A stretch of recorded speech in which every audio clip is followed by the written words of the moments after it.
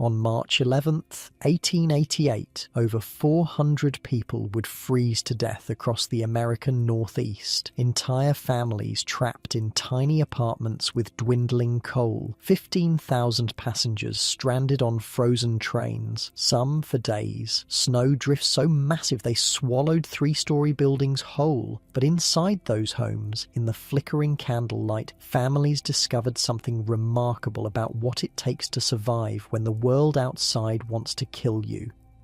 Here's how they actually slept through one of the most devastating storms in American history.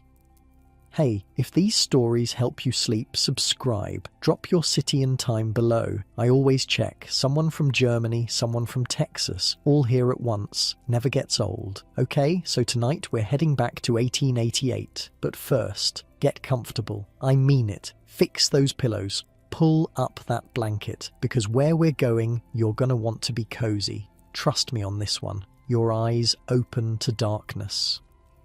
Not the gentle darkness of a country night with stars peeking through curtains. This is the thick, heavy darkness of a Manhattan tenement building in late winter. 5 stories of brick and desperation stacked on top of each other, and you're somewhere in the middle. The first thing you notice is the cold. It seeped through the thin walls while you slept, and now it's pressing against your face like a damp cloth. Your breath makes little clouds in front of you, barely visible in the grey light filtering through the frost-crusted window. You're not alone in this bed. 3 children are piled around you on a mattress stuffed with horsehair that's gone lumpy in all the wrong places. Your youngest, just 4 years old, is curled against your side with her thumb in her mouth. Your 2 boys, 7 and 9, are tangled together at the foot of the bed, their wool stockings still on because you never let them take those off in winter. The bed frame is iron, cold to the touch, but the feather tick beneath you holds some warmth. Barely. Your name is Helena Mueller. You're 32 years old. You came to America from Bavaria 7 years ago with your husband Friedrich, chasing the same dream that brought 12 million other immigrants through these streets. A better life, a chance, something more than the poverty you'd known in the old country. What you found instead was this: a 2-room apartment in a tenement on Orchard Street, 325 square feet for a family of 5. The kitchen has a coal-burning stove that doubles as your only heat source. The bedroom has this bed, a small dresser with a cracked mirror and pegs on the wall for hanging clothes. That's it. That's everything.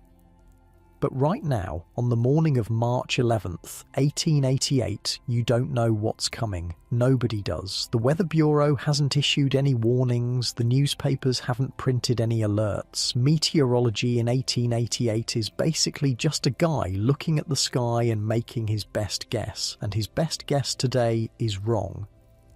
You push yourself up carefully, trying not to wake the children. The floorboards are cold through your stockings as you pad toward the kitchen. The stove needs stoking. It always needs stoking. A single load of coal can burn for about 6 hours if you manage the dampers just right, but you've been sleeping for 8 and the fire has gone cold.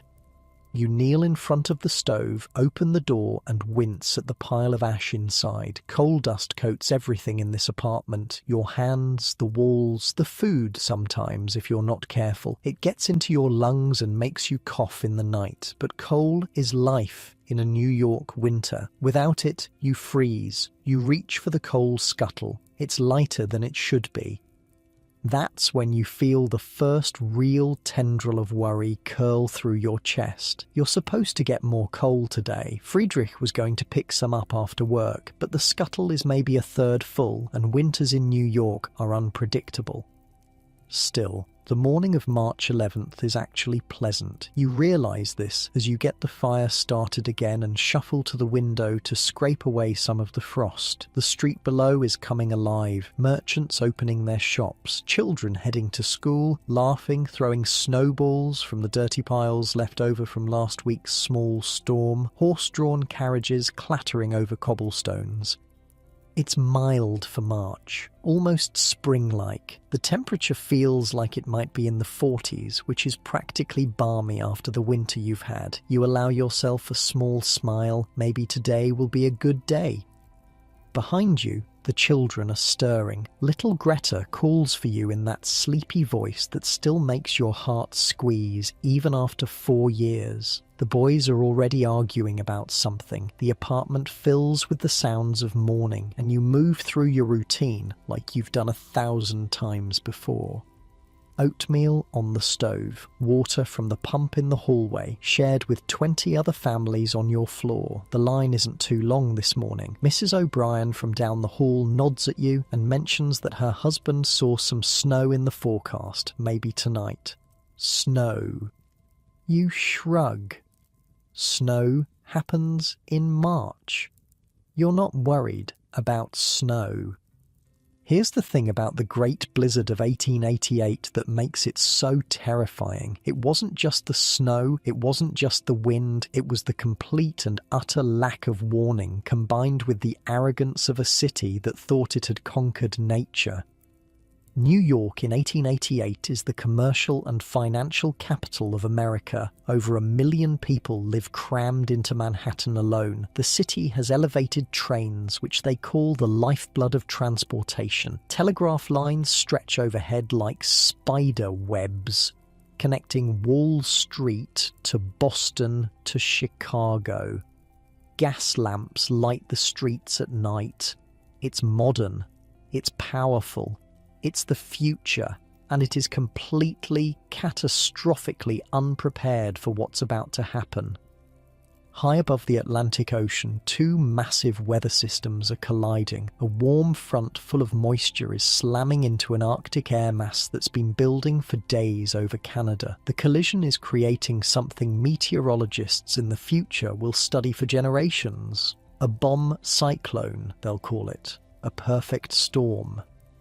But on the morning of March 11th, nobody knows any of this. The Weather Bureau forecast for New York calls for partly cloudy skies with possible light rain. They're off by approximately everything. Friedrich leaves for work at 7 in the morning. He kisses your cheek, ruffles the boy's hair, pretends to steal Greta's nose, which makes her giggle. He works at a garment factory on the Lower East Side, about a 20-minute walk from your tenement. Sometimes he takes the elevated train if the weather is bad, but today seems nice enough for walking. You watch him go through the window, his broad shoulders disappearing into the crowd of workers heading toward the factories. He's a good man, your Friedrich. He works 6 days a week, 10 hours a day, and brings home enough money to keep you all fed and housed. Barely, but enough. The morning passes quickly. You do laundry in a massive pot on the stove. The steam fills the apartment, mixing with the smell of coal smoke and the onions you're frying for lunch. Greta plays with a doll made of rags. The boys have gone to school, Protestant Public School number 5 on East 4th Street, about 8 blocks away. By noon, you notice the first change.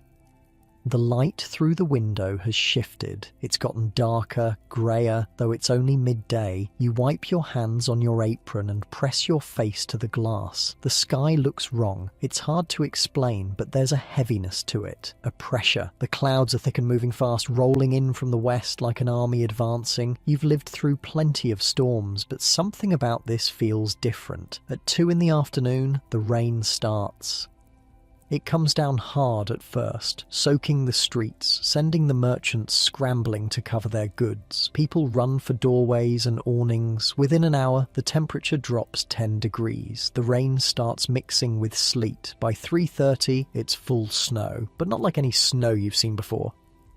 The flakes are tiny, almost like ice needles. They don't drift down gently the way snow usually does. They shoot sideways, driven by winds that seem to come from everywhere at once. Within minutes, you can barely see across the street. The boys should be home by now. School lets out at 3. Where are the boys?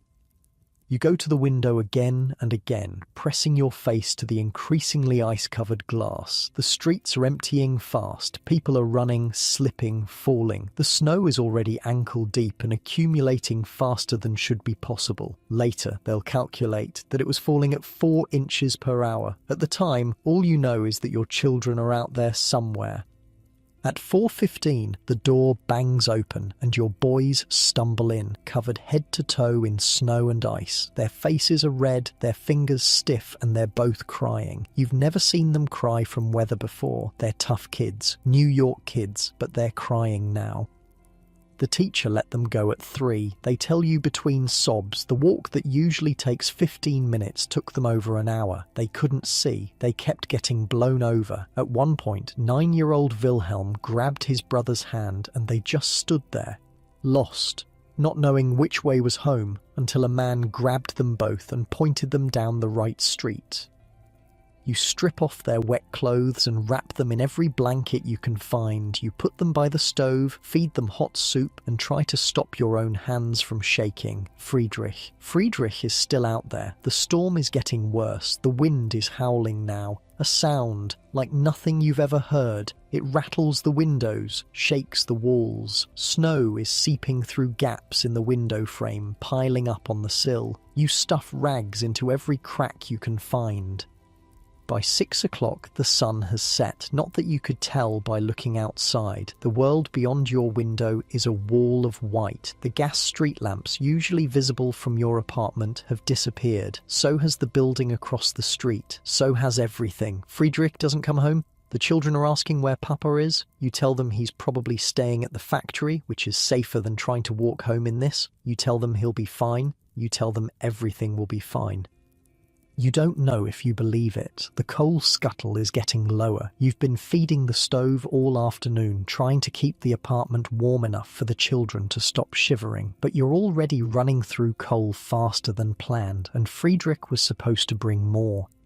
At 8 o'clock, you make a decision. You pull the mattress off the bed frame and drag it into the kitchen closer to the stove. You gather every blanket, every quilt, every piece of clothing that might provide warmth. You layer them on the mattress. The children are confused but too tired to question it. You pile all 3 of them onto the mattress, then add yourself to the pile. Bodies pressed together, shared warmth. It's how your grandmother survived winters in Bavaria, and it's how you're going to survive this. Greta clings to you. The boys curl around each other like puppies. You pull the quilts up over all 4 of you, creating a cocoon of body heat and wool and desperation. The wind screams outside, the walls creak. Somewhere down the hall, a baby is crying, but here, under the blankets, with your children's breath warm against your neck, you wait. The stove crackles, the coal burns low. The longest night of your life is just beginning. Outside, across the northeastern United States, the temperature is still dropping. It will reach 6 degrees by morning. The wind is gusting to 80 miles per hour. Snowdrifts are already 10 feet high in some places and growing.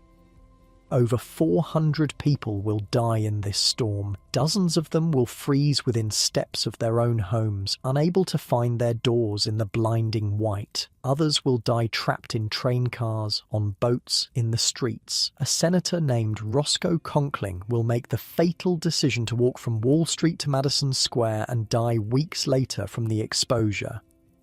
But Helena Mueller doesn't know any of this yet. She doesn't know that 15,000 people are stranded on the elevated trains right now, trapped in freezing cars that stopped moving hours ago. She doesn't know that her husband Friedrich is one of them. All she knows is that her children are warm for now, that she has maybe 12 hours of coal left if she's careful, that the storm is getting worse, and that somewhere in the howling darkness outside, her husband is trying to get home. Sleep doesn't come easy that night. Every gust of wind sounds like a warning. Every creak of the building sounds like it might be the whole structure coming apart. But exhaustion eventually wins, and Helena Mueller drifts into an uneasy rest with her children piled around her like small furnaces.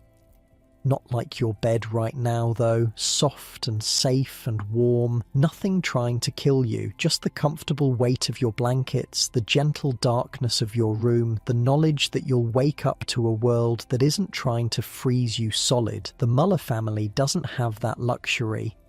But they have each other, 4 hearts beating together on a horsehair mattress in a tenement kitchen, 4 bodies sharing whatever warmth they can generate, 4 people doing what humans have done since the beginning of time, surviving together. The storm rages on, the night stretches long, and somewhere out there Friedrich Müller is gripping the sides of a frozen elevated train car, waiting for morning, hoping his family is safe. He has no idea that the real fight is just beginning. All right, that's a good chunk. Let me know when you're ready for the next part. Friedrich Müller can't feel his feet anymore. He's been standing in this elevated train car for 11 hours. 11 hours since the train ground to a halt somewhere around 53rd Street, the wheels spinning uselessly on tracks coated with ice. 11 hours since the conductor announced they'd be moving again any minute. That was a lie, and everyone knew it was a lie, but they believed it anyway because the alternative was too terrifying to consider. There are maybe 40 people crammed into this car, men mostly, heading home from work when the storm hit, a few women, one elderly man in the corner who stopped talking about 3 hours ago and now just stares at the frosted window with glassy eyes. Friedrich has been watching him. He keeps watching to make sure the man's chest is still moving.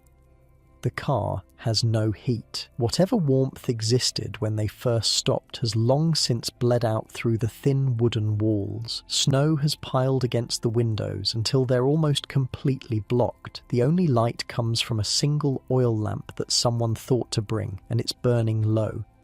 Friedrich stamps his feet. Nothing. He wiggles his toes inside his boots, can't tell if they're moving or not. Frostbite starts slow, he knows. First you stop feeling, then the skin turns white, then grey, then black, then the doctor takes a saw to whatever's left. He's seen men lose fingers in the factories, caught in machinery, crushed, mangled. He never thought he'd lose anything to weather.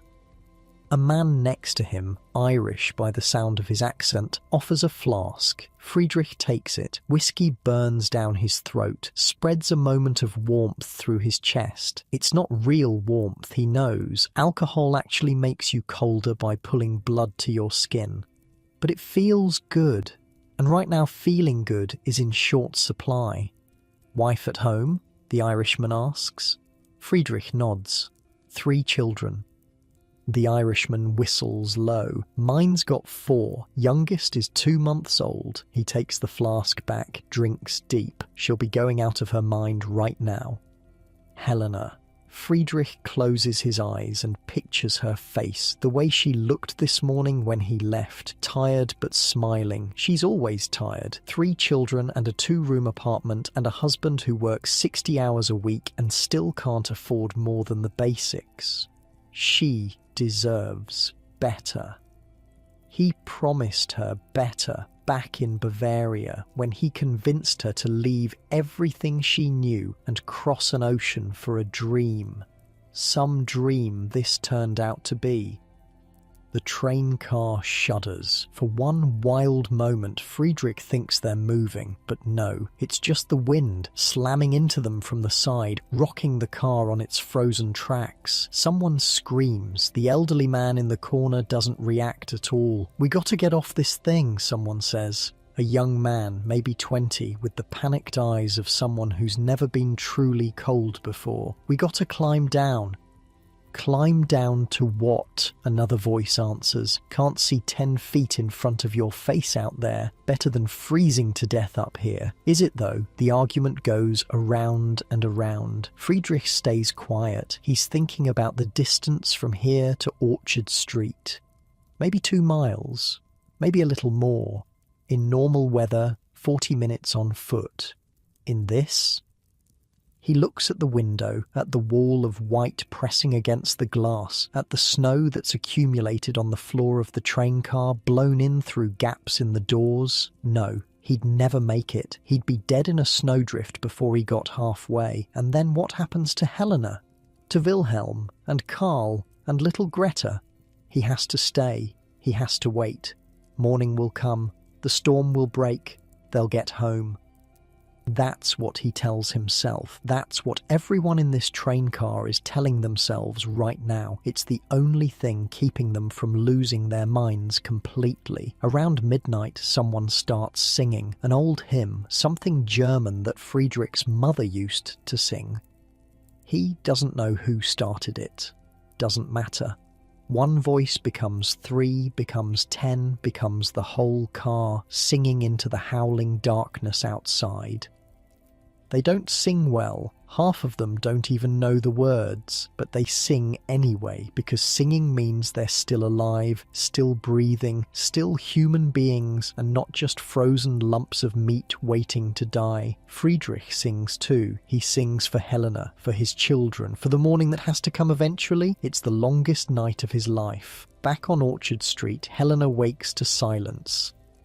Not real silence. The wind is still screaming outside, still throwing snow against the windows hard enough to rattle the glass, but there's a different kind of silence underneath it, a stillness in the building that wasn't there before. She realizes what it is. The baby down the hall has stopped crying. For one horrible moment she thinks the worst, but then she hears footsteps above her, the creak of floorboards, and she remembers that babies do eventually fall asleep, even in blizzards. The children are still piled around her on the mattress. Greta's face is pressed into Helena's shoulder. The boys have somehow migrated during the night and are now both curled against her back, their combined body heat almost uncomfortable. Almost, not quite. She extracts herself slowly, carefully, trying not to let in any cold air. The stove has gone out. She knew it would. The last of the coal went in around 2 in the morning, and she stayed awake, watching it burn down, knowing that when it was gone, things would get harder.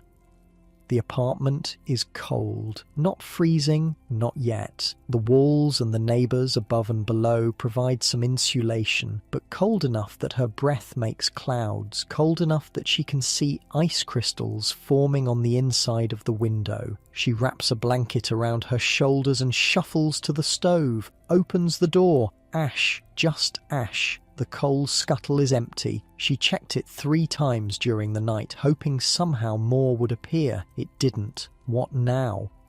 She looks around the apartment. 2 rooms, a bed frame, a dresser, 2 wooden chairs, a small table, a crate that Friedrich uses as a footstool. The walls are bare except for a small crucifix and a picture of her mother, brought all the way from Bavaria. Furniture burns.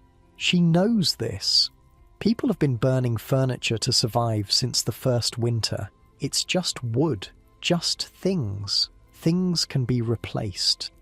Can they, though, on Friedrich's wages? It took them 3 years to save for that bed frame. The table was a wedding gift. The chairs came from a street vendor, haggled down to almost nothing, still more than they could afford. She touches the back of one chair, runs her fingers over the grain.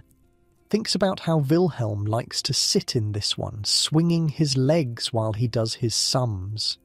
Thinks about Greta standing on it to help cook, reaching up to stir the pot. Then she thinks about her children freezing to death. She picks up the chair. It takes her 20 minutes to break it down into pieces small enough for the stove. She doesn't have an axe. She has a small knife for cooking and her own 2 hands. The chair fights back. She cuts her palm on a jagged edge, wraps it in a rag, keeps working.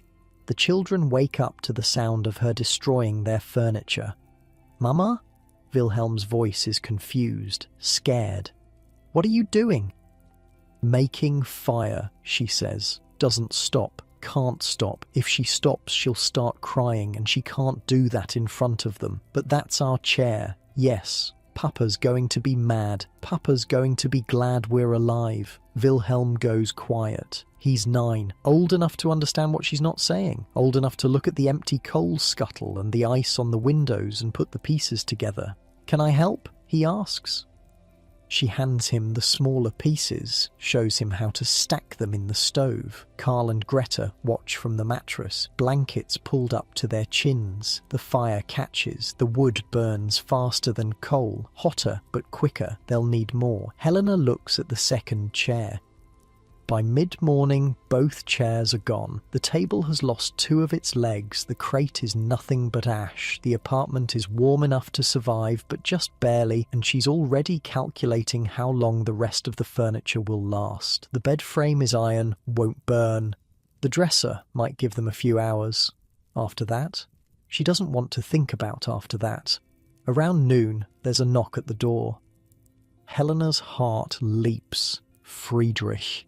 It has to be Friedrich. She scrambles over the mattress, nearly trips on a blanket, throws open the door. It's not Friedrich, it's Mrs. O'Brien from down the hall. The woman looks like she hasn't slept in days. Her red hair is wild around her face, and she's clutching a shawl that's not nearly warm enough for this weather. "Do you have any coal?" Mrs. O'Brien asks. No greeting, no small talk, just desperation, raw and naked. "No." Helena shakes her head. "I'm burning the chairs." Something passes over Mrs. O'Brien's face. Understanding, kinship. "We're burning the dresser," she says. "The children's clothes were still in it. Had to dump them on the floor first." A laugh that's not really a laugh. "My Patrick would kill me if he knew, but Patrick's stuck somewhere on 6th Avenue. Been gone since yesterday, so..." They stand there for a moment, 2 women on opposite sides of a doorway, both missing their husbands, both watching their homes disappear piece by piece into stoves. "Come in," Helena says. "Bring your children. We can share the fire." Mrs. O'Brien's eyes fill with tears. "You don't have to do that. I know. It's not charity. It's survival. More bodies means more warmth. More children means more reason to keep the fire going. More people means someone to talk to, someone to share the weight of this with." 20 minutes later, Helena's apartment holds 8 people instead of 4. The O'Briens have 3 children, ages 2 to 8, plus a baby that Mrs. O'Brien has strapped to her chest. The baby's name is Margaret, and she's got the reddest hair Helena has ever seen. They pile everyone onto the mattress. Children in the middle, adults on the outside. It's crowded and loud and uncomfortable and absolutely necessary. "I was going to make soup," Helena says. "There's potatoes in the cupboard, onions, some dried beans from last week." "I have bread," Mrs. O'Brien offers. "Half a loaf. Stale, but bread." "Good. Good." They pool their resources. It's not much. In a normal week, it would barely be a single day's meals for one family, but they're not getting through this normal week. They're getting through this 1 hour at a time, and right now, soup and stale bread feels like a feast. Helena sets the pot on the stove. The fire crackles. Outside, the wind howls, but in here, surrounded by children and neighbours and the smell of onions cooking, something shifts. They're going to make it. She doesn't know how. She doesn't know what happens when the last stick of furniture burns down. She doesn't know where Friedrich is or if he's okay, but they're going to make it because that's what you do. That's what people have always done. You burn the chairs. You share the soup. You hold your children close and you wait for the storm to pass. And somewhere out on the frozen elevated tracks, Friedrich Müller is climbing down a ladder.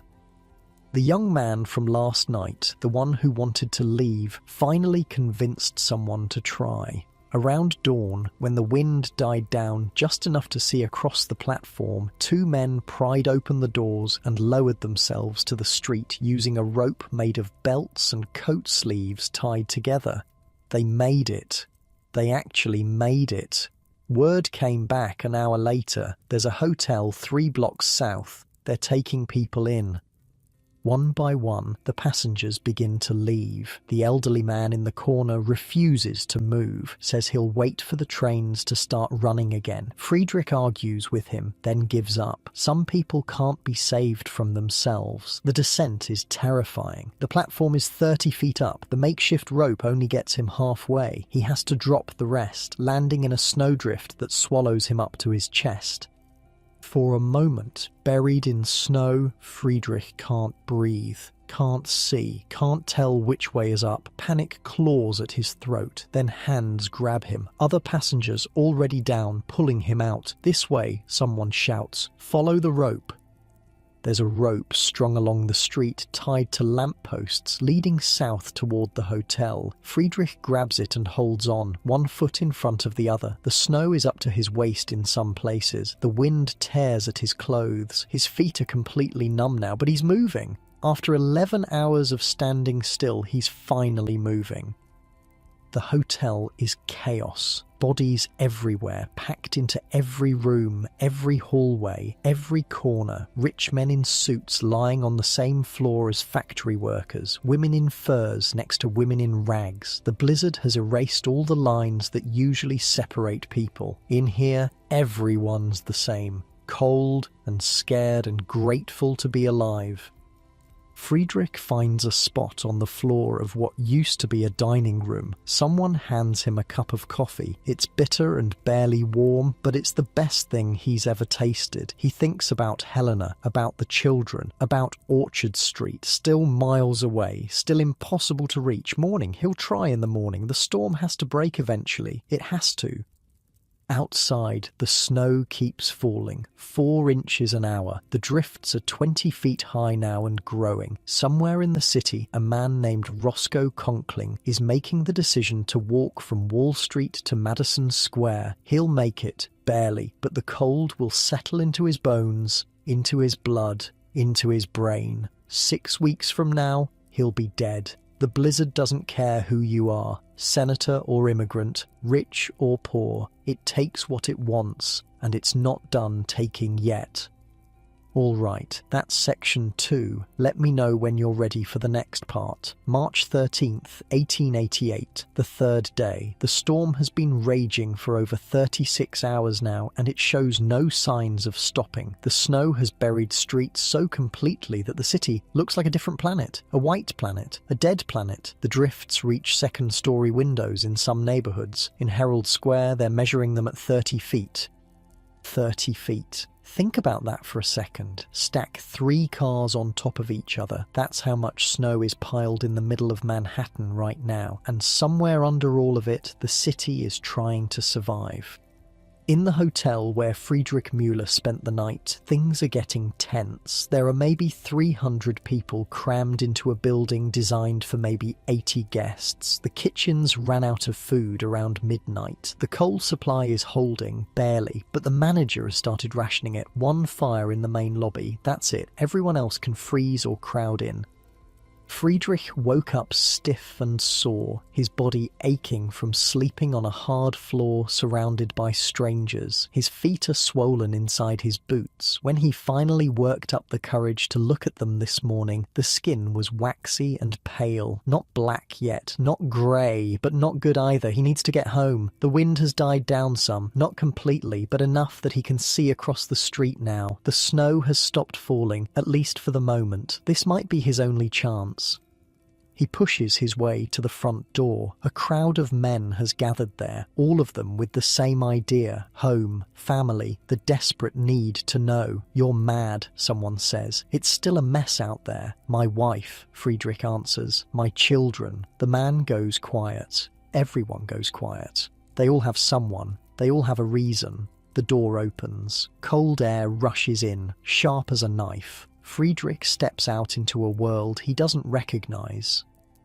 The street is gone. There's just snow, mountains of it, carved into strange shapes by the wind. Lampposts stick up at odd angles where they haven't been completely buried. A horse-drawn carriage sits abandoned in the middle of what used to be Broadway, snow packed around it up to the roof.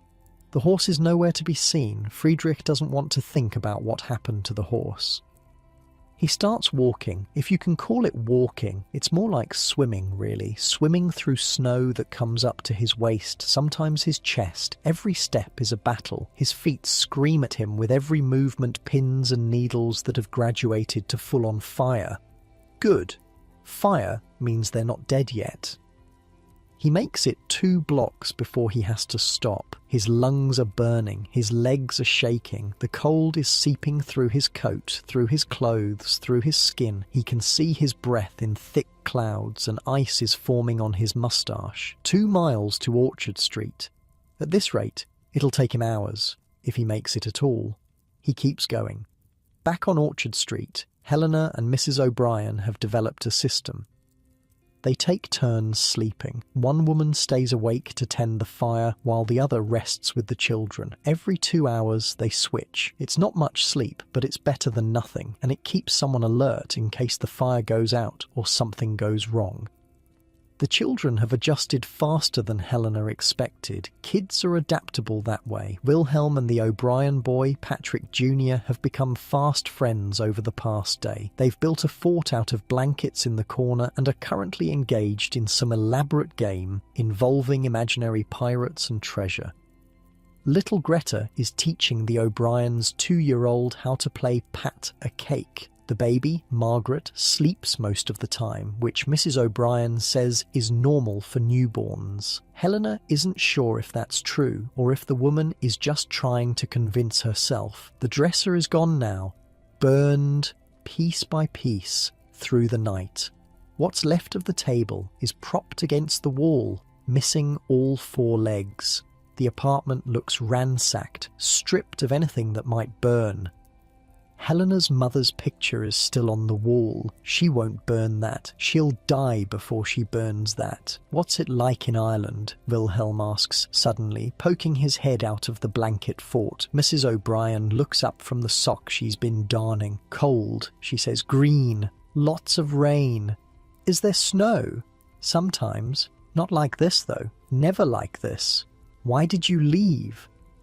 Mrs. O'Brien's hands go still on the sock. Helena watches the woman's face carefully. There's a story there. There's always a story. There was nothing to eat, Mrs. O'Brien says finally. The potatoes died. All of them. We ate grass. We ate dirt. We ate things I don't want to tell you about. She pauses. My mother died. My sisters. My baby brother. So we left. My father and me. We got on a boat and we came here. Wilhelm is quiet for a moment. Did you find food here? Yes, not always enough, but enough to live on. That's good. That's good, Mrs. O'Brien agrees. She goes back to darning. Helena pretends she doesn't see the tears running down the woman's cheeks. This is what it comes down to, Helena thinks. This is what America is. People running from something terrible, hoping to find something better. Sometimes they do. Sometimes they don't. Either way, they keep running. She thinks about Friedrich out there somewhere in the snow, running toward them. Please be running toward them. Meanwhile, about 1,000 miles to the west, in the Dakota Territory, the snow has been falling for 2 days straight. This is a different blizzard, the one they're calling the Children's Blizzard, or the Schoolhouse Blizzard, or sometimes just the storm. It hit the Great Plains on January 12th, 2 months before the one currently burying New York, but for the families who survived it, the memories are still fresh, the wounds are still open. Anna Olson is 13 years old. She lives on a farm outside of what will eventually become South Dakota, in a sod house that her father built with his own 2 hands. The walls are made of prairie grass and dirt, packed tight and plastered smooth on the inside. In summer, wildflowers sometimes grow on the roof. It's not summer now. Anna is the oldest of 5 children. Her mother died 3 years ago, giving birth to the youngest, a boy named Eric, who has never known anything but this harsh prairie life. Her father does his best, but he's gone most days, working the fields in summer or hiring himself out to other farms in winter. That leaves Anna in charge. She's been in charge since she was 10. She's tired. The morning of January 12th started warm, warmer than it had been in weeks. The sun was shining, the sky was clear, and Anna's father decided it was safe to send the children to school. School is 3 miles away, a 1-room building with a coal stove and a teacher who's barely older than Anna herself. Miss Jensen, 20 years old, from Minnesota. She'd never seen a plains blizzard before that day. The 5 Olsen children set out that morning in good spirits. Anna carried baby Eric on her back in a sling. Her brother Lars, 11, carried their lunch pail. The younger 3 walked in a line behind them, ages 9, 7 and 5. They laughed. They threw snowballs at each other from the old snow piles. They had no idea what was coming. The storm hit around noon. Anna will never forget the sound. A roar, like a train, but deeper, louder, coming from everywhere at once. She looked up and saw a wall of blackness rolling across the prairie, moving faster than anything she'd ever seen. "Run!" she screamed. "Run for the school!" They ran. The three little ones couldn't keep up. Anna grabbed the 7-year-old under her arm, still carrying Eric on her back. Lars took the 5-year-old on his shoulders. The 9-year-old, a girl named Ingrid, ran beside them, her face white with terror. The wall hit them before they reached the school. One moment they could see, the next moment nothing. Just white and cold, and a wind that knocked them off their feet, that drove ice into their eyes and mouths and lungs. Anna couldn't breathe, couldn't see, couldn't hear anything but the roar of the storm. She grabbed Ingrid's hand, grabbed Lars, pulled them close. The smaller children were crying, their voices swallowed by the wind. "This way," she screamed. "Follow me." She didn't know which way the school was. She couldn't see it, couldn't see anything, but she picked a direction and started walking, dragging her siblings behind her, and by some miracle, some grace, some luck she still doesn't understand, she walked straight into the side of the schoolhouse. They fell through the door, all 6 of them covered in ice and gasping for air. Miss Jensen slammed the door behind them and shoved a desk against it to keep the wind from ripping it open again. Inside, there were 17 students, ages 5 to 15. The oldest was Anna. Outside, the temperature was dropping. It would reach 40 below zero by nightfall. The coal stove in the corner had maybe 6 hours of fuel left, and that's when Miss Jensen looked at Anna with eyes full of fear and said, "What do we do?" Anna didn't know. She was 13. She was scared. She had a baby brother strapped to her back and 4 other siblings counting on her. She was supposed to be in school learning arithmetic and spelling, not making life or death decisions in a one-room building while the world outside tried to kill them. But there was no one else. Miss Jensen was frozen with panic. The other children were crying. Someone had to do something. Anna looked around the room. Desks, chairs, books, an American flag in the corner, hanging limp, the coal bin by the stove, half empty. "We burn the desks," she said. Her voice came out steady somehow, calmer than she felt. "After the coal's gone, we burn everything." Miss Jensen stared at her. "The school property, the superintendent. The superintendent isn't here." Anna started pulling books off the shelf. "Help me gather these. Paper burns fast, but it'll help us start fires." The other children watched. Some of them stopped crying. Having something to do, something concrete, seemed to help. Lars started breaking apart a desk with his bare hands. The 9-year-old, Ingrid, collected smaller pieces of wood for kindling. They worked, they planned, they rationed what little food they had. 1 bite of bread per person, 1 sip of water from the pump. When the sun went down and the temperature plummeted, Anna organised sleeping arrangements. All 17 children plus Miss Jensen piled together on the floor near the stove, bodies pressed close, warmth shared. "I'm cold," the 5-year-old whimpered. His name was Peter. He was small for his age, always getting sick. "I know," Anna said. She pulled him closer, wrapped herself around him.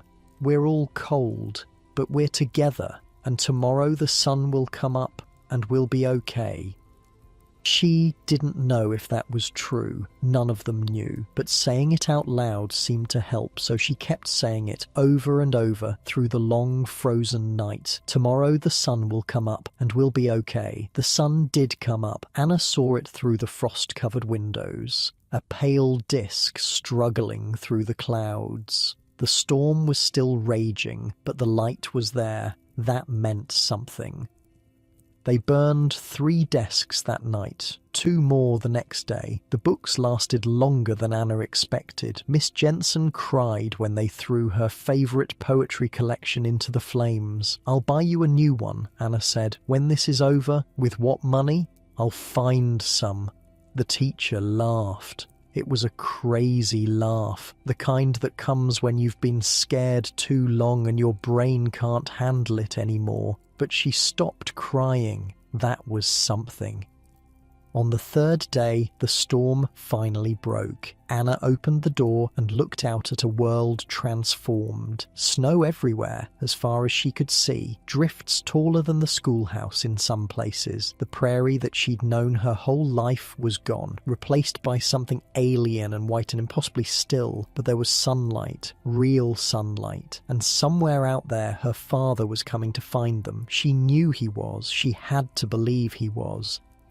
"Everyone stay inside," she said. "Help is coming." It took her father 6 hours to reach the school. He dug through drifts with his bare hands for the last half-mile. When he finally broke through the door, his face was raw and bleeding, his fingers black with frostbite. He didn't care about any of that. He just gathered his children in his arms and wept. All 5 Olsen children survived that storm. So did everyone else in that schoolhouse. Miss Jensen later called it a miracle. Anna called it stubbornness. Not everyone was so lucky. Across the prairie that week, over 200 people died, many of them children, many of them teachers who made the wrong decision, who let their students go home too early, who didn't burn the furniture in time. Anna learned something in that schoolhouse, something about leadership, about making hard choices when everyone else is too scared to think, about doing whatever it takes to keep the people you love alive. She was 13 years old. She grew up fast that week. Back in New York, Friedrich Müller is still fighting his way through the snow. He's made it about a mile now, a mile in 3 hours. His body is screaming at him to stop, to rest, to find shelter and wait for someone else to dig the city out. But every time he thinks about stopping, he sees Helena's face, sees his children, so he keeps moving. The streets are starting to fill with other people now, men mostly doing the same thing he's doing, fighting their way home. Some have shovels, some have nothing but their hands. They don't talk much, takes too much energy. They just nod at each other and keep digging. In one spot, a group of men has formed a human chain passing through a snowdrift that blocks the entire street. Friedrich joins them, waits his turn, climbs through the tunnel they've carved, emerging on the other side, covered in snow but still breathing. 1 mile to go. The sun is setting now, and the temperature is dropping again. If he doesn't make it home before dark, he might not make it at all. He pushes harder, ignores the pain in his feet, the burning in his lungs, the voice in his head telling him to give up. He's not giving up. Not today. Orchard Street appears through the snow like a mirage. He almost doesn't believe it at first. But no, there it is. The tenement building, half buried in white. He stumbles toward it, falls, gets up, falls again, crawls the last few feet on his hands and knees. The front door is blocked by a drift 4 feet high. He digs with his bare hands, tearing at the snow, not caring about the cold anymore. The door opens, he falls through it, he's home. Now he just has to climb 5 flights of stairs. All right, that's section 3. Let me know when you're ready for the next part. The stairs are dark, no gas lamps working. The storm knocked out most of the city's power lines somewhere around midnight on the first day, and nobody's been able to fix them since. Friedrich pulls himself up by the railing. His legs don't want to work anymore. His feet are blocks of ice at the end of his ankles, more burden than body part. But he climbs, 1 step at a time, counting them in his head like a prayer. 1, 2, 3. The building is quiet, too quiet. Usually you can hear everything in a tenement. Babies crying, couples arguing, children playing. The walls are thin as paper, and privacy is a luxury nobody can afford. But right now, nothing. Just the creak of the stairs under his weight and the distant howl of wind outside. 4, 5, 6. He passes the second floor, sees a door hanging open, the apartment beyond it dark and still, calls out, no answer, keeps climbing. Third floor, fourth floor. His lungs are burning now. His heart is hammering so hard he can hear it in his ears. The cold has seeped into his bones and he can't stop shaking. Fifth floor. There's light coming from under the door. A flickering orange glow. Fire. Someone has a fire going. He reaches for the door handle. Misses. His fingers won't cooperate. Tries again. Gets it. The door swings open. And there she is.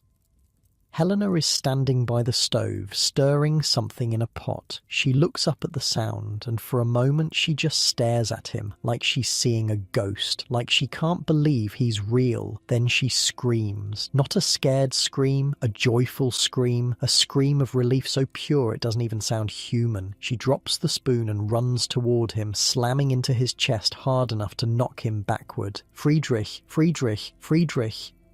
She says his name over and over, like a spell, like saying it enough times will make this moment permanent. Her arms are around him, squeezing so tight he can barely breathe. He doesn't care. He squeezes back. Papa! The children come flying off the mattress. Wilhelm and Karl crash into his legs. Little Greta grabs his coat and won't let go. They're all talking at once, all crying, all trying to touch him at the same time. Friedrich sinks to his knees, gathers them all in his arms, feels their warmth, their life, their realness. He's home. He made it. Your feet, Helena says suddenly. She's looking down at the trail of water he's left across the floor. His boots are soaked through, the leather dark and ruined. Friedrich, your feet. I can't feel them. Her face goes pale. Sit down, by the stove, now. She pushes him toward the fire, starts working at his bootlaces with shaking hands. The laces are frozen solid. She has to cut them with a knife. The boots come off, then the socks, stiff with ice. Friedrich looks down at his feet and feels his stomach drop. They're white, not pink, not red, not any healthy colour. White as candle wax, except for the toes, which have started turning grey at the tips. Snow, Helena says. We need snow. Mrs. O'Brien is there suddenly, handing over a bowl of fresh snow from the windowsill. Helena starts rubbing it gently into Friedrich's feet, the old remedy for frostbite. Warm them slowly. Too fast and the tissue dies. It hurts. God, it hurts. As feeling starts to return, it comes with fire. Pins and needles that feel like actual pins and actual needles being driven into his flesh. Friedrich grits his teeth and doesn't scream. The children are watching. This is Mrs. O'Brien, Helena says as she works. From down the hall, her family's been staying with us. Friedrich looks up, sees the Irish woman and her children huddled on the mattress, watching him with wide eyes, sees the baby in her arms, sees the stripped apartment, the missing furniture, the bare walls. Thank you, he says. His voice comes out rough. For taking care of them. They took care of us, Mrs. O'Brien says. Your wife's the reason we're alive. Helena doesn't look up from his feet. The reason we're all alive is luck and stubbornness and burning the chairs. Friedrich looks around again, notices what's missing, the chairs, the table, the crate he used to rest his feet on after long days at the factory. You burned the furniture? Yes. Good.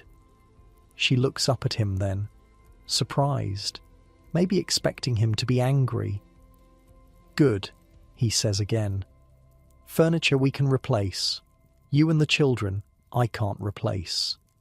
She starts crying, quiet tears that roll down her cheeks as she keeps rubbing snow into his ruined feet. He reaches down and touches her face. We made it, he says. We're okay, she repeats. And for the first time since the storm started, she sounds like she believes it. The night passes slowly. Friedrich's feet throb with returning circulation. The grey at his toes fades to pink, which Helena says is a good sign. He might lose a nail or two, but he'll probably keep all his toes. Probably. They sleep piled together on the mattress. Both families, 10 people in all, arranged like sardines on a surface meant for 2. It's uncomfortable and crowded and smells like unwashed bodies and onion soup. It's also the safest Friedrich has felt in 3 days. Outside, the wind has finally died down. The snow has stopped falling. Tomorrow, they'll start digging out. Tomorrow, the city will begin the long process of coming back to life. But that's tomorrow. Tonight, they rest. Meanwhile, back on the prairie, the stories are still being collected. Stories of survival and loss. Stories that will be passed down through generations. There's the story of Seymour Dopp, a teacher in Pawnee City, Nebraska. When the storm hit, he had 17 students in his care. He looked out the window, saw that wall of white coming, and made a decision. Nobody leaves. They stayed in that schoolhouse for 18 hours. Dopp kept the fire going all night, burning through their entire supply of coal and then starting on the woodpile outside. He sent the older boys out in pairs, tied together with rope, to bring in more fuel. They could only go 10 feet from the door before the rope ran out, but they kept going, kept bringing in whatever they could find. When the coal ran out, they burned desks. When the desks ran out, they burned books. When the books ran out, they burned the wooden shutters from the windows. Morning came. The storm kept raging. Dopp's students were hungry, scared, cold despite the fire. Some of the younger ones were crying. He gathered them together and started telling stories, made up adventures about brave pioneers and magical horses and kingdoms made of ice, kept them distracted, kept them calm. The storm finally broke on the second afternoon. Parents started arriving, wading through 5-foot drifts, faces red and raw from the cold. They'd been walking for hours. Some of them had been walking all night. Every single one of Dopp's 17 students went home alive. Then there's the story of Etta Shattuck. Etta was 19 years old, a teacher at a small school in Seward County, Nebraska. When the storm hit, she wasn't at school. She'd dismissed class early because of a family emergency and was walking home along the main road. The wall of white caught her in the open. She couldn't see, couldn't hear, couldn't tell which way was forward. She stumbled through the snow for what felt like hours, getting colder and more lost with every step. Then she found a haystack.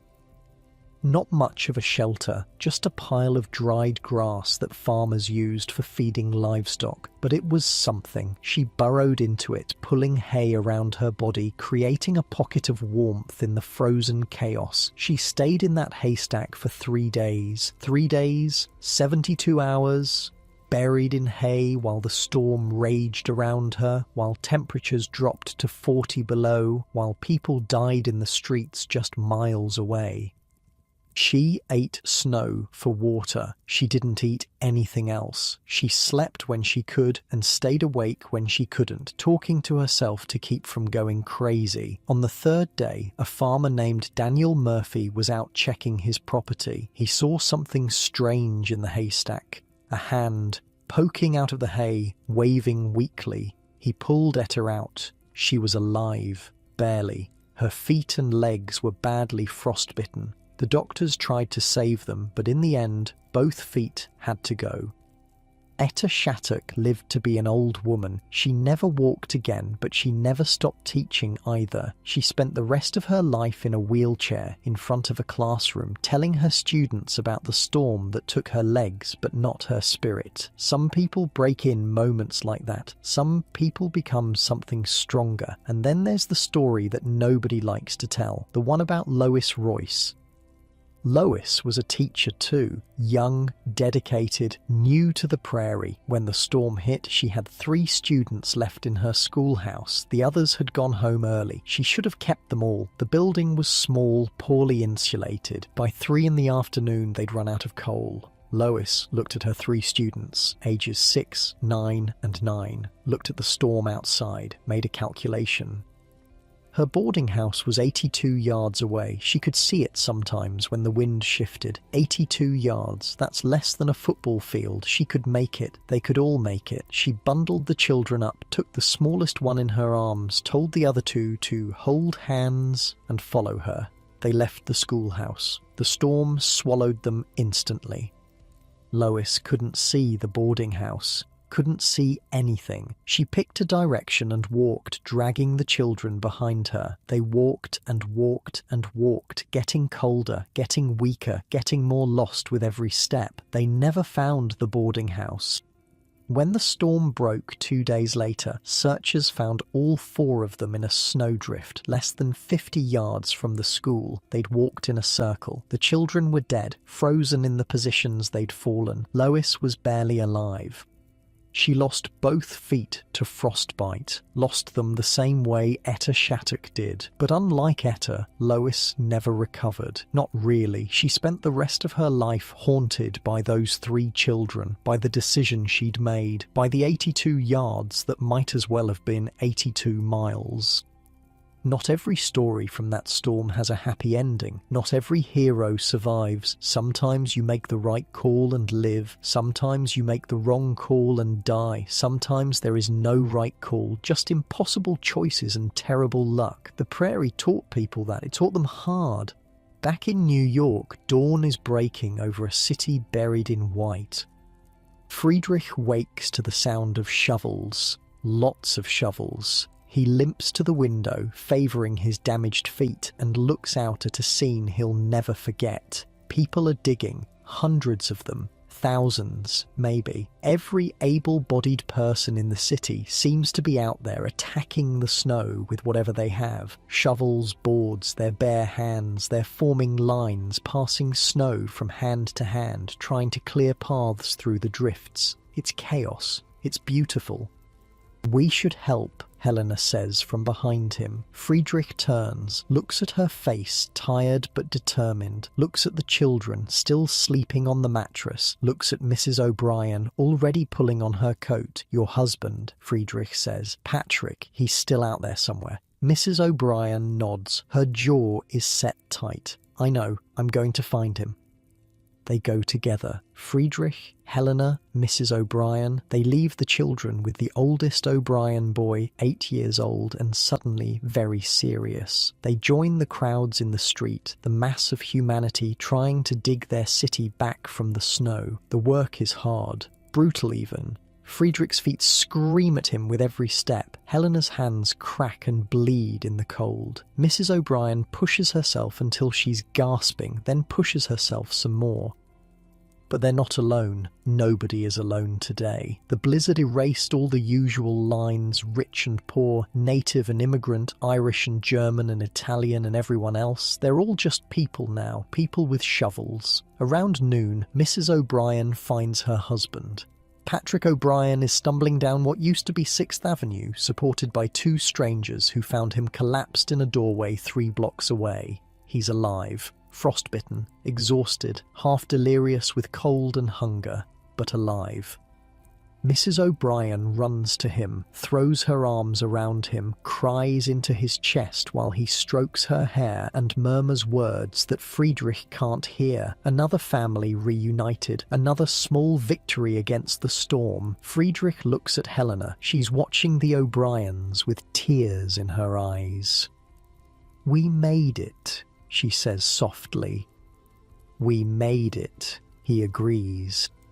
The city is still buried. The death toll is still climbing. It will be days before the trains run again, weeks before life returns to anything resembling normal. There will be funerals, there will be grief, there will be a reckoning for the infrastructure that failed and the warnings that never came. But right now, in this moment, none of that matters. Right now, there's just the sun on the snow, the sound of shovels, 2 families who found their way back to each other, and the slow, stubborn process of digging out. Not so different from your life, really. The storms come, they always come. Maybe not blizzards, maybe money troubles or health scares or relationships falling apart, but storms all the same. And when they hit, you do what Helena did. What Friedrich did, what those prairie teachers did with their students. You burn the chairs if you have to. You huddle together for warmth. You keep the fire going through the long night and trust that morning will come. It always does, eventually. Your bed right now, soft and warm and safe, is the morning after someone else's storm. Every comfort you have was built by people who survived something, who dug themselves out of the snow, literally or otherwise, and kept going. That's the thing about humans. We keep going. Even when it's hard, even when it hurts, even when the wind is howling and the cold is seeping in and we can't feel our feet anymore, we just keep going. Alright, that's section 4. Let me know when you're ready for the next part. The digging took days. Not hours, not a single heroic afternoon of shoveling. Days. The snow was too deep, the drifts too massive, the city too unprepared. There were no snowplows in 1888, not the kind we have now anyway, just men with shovels and horses with scrapers, fighting against 20 million tons of frozen white. The city hired everyone who could hold a shovel. Immigrants fresh off the boat, factory workers with no factories to work in, street vendors with no streets to vend on. They paid $1.50 a day, which was decent money, and the lines stretched around the block. People needed work. People needed to eat, and the snow wasn't going to move itself.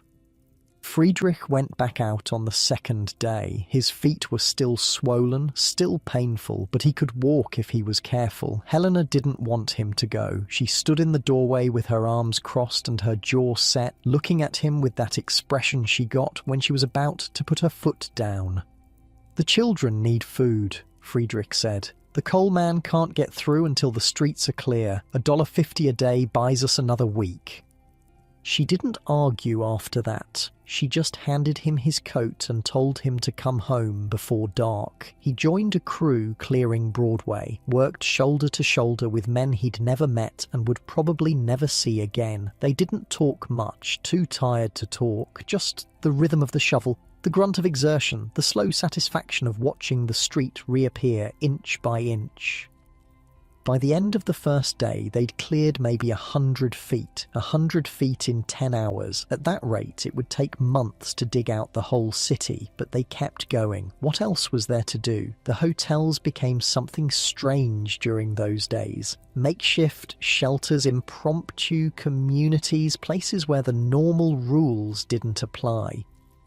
The Astor House on Broadway was packed with refugees, rich people mostly, the kind who could afford to be staying at the Astor in the first place. But when the storm hit and nobody could leave, the staff started letting in anyone who needed shelter. Suddenly you had bankers sleeping on cots next to cab drivers, society ladies sharing blankets with seamstresses. The blizzard didn't care about your bank account, and neither did the cold.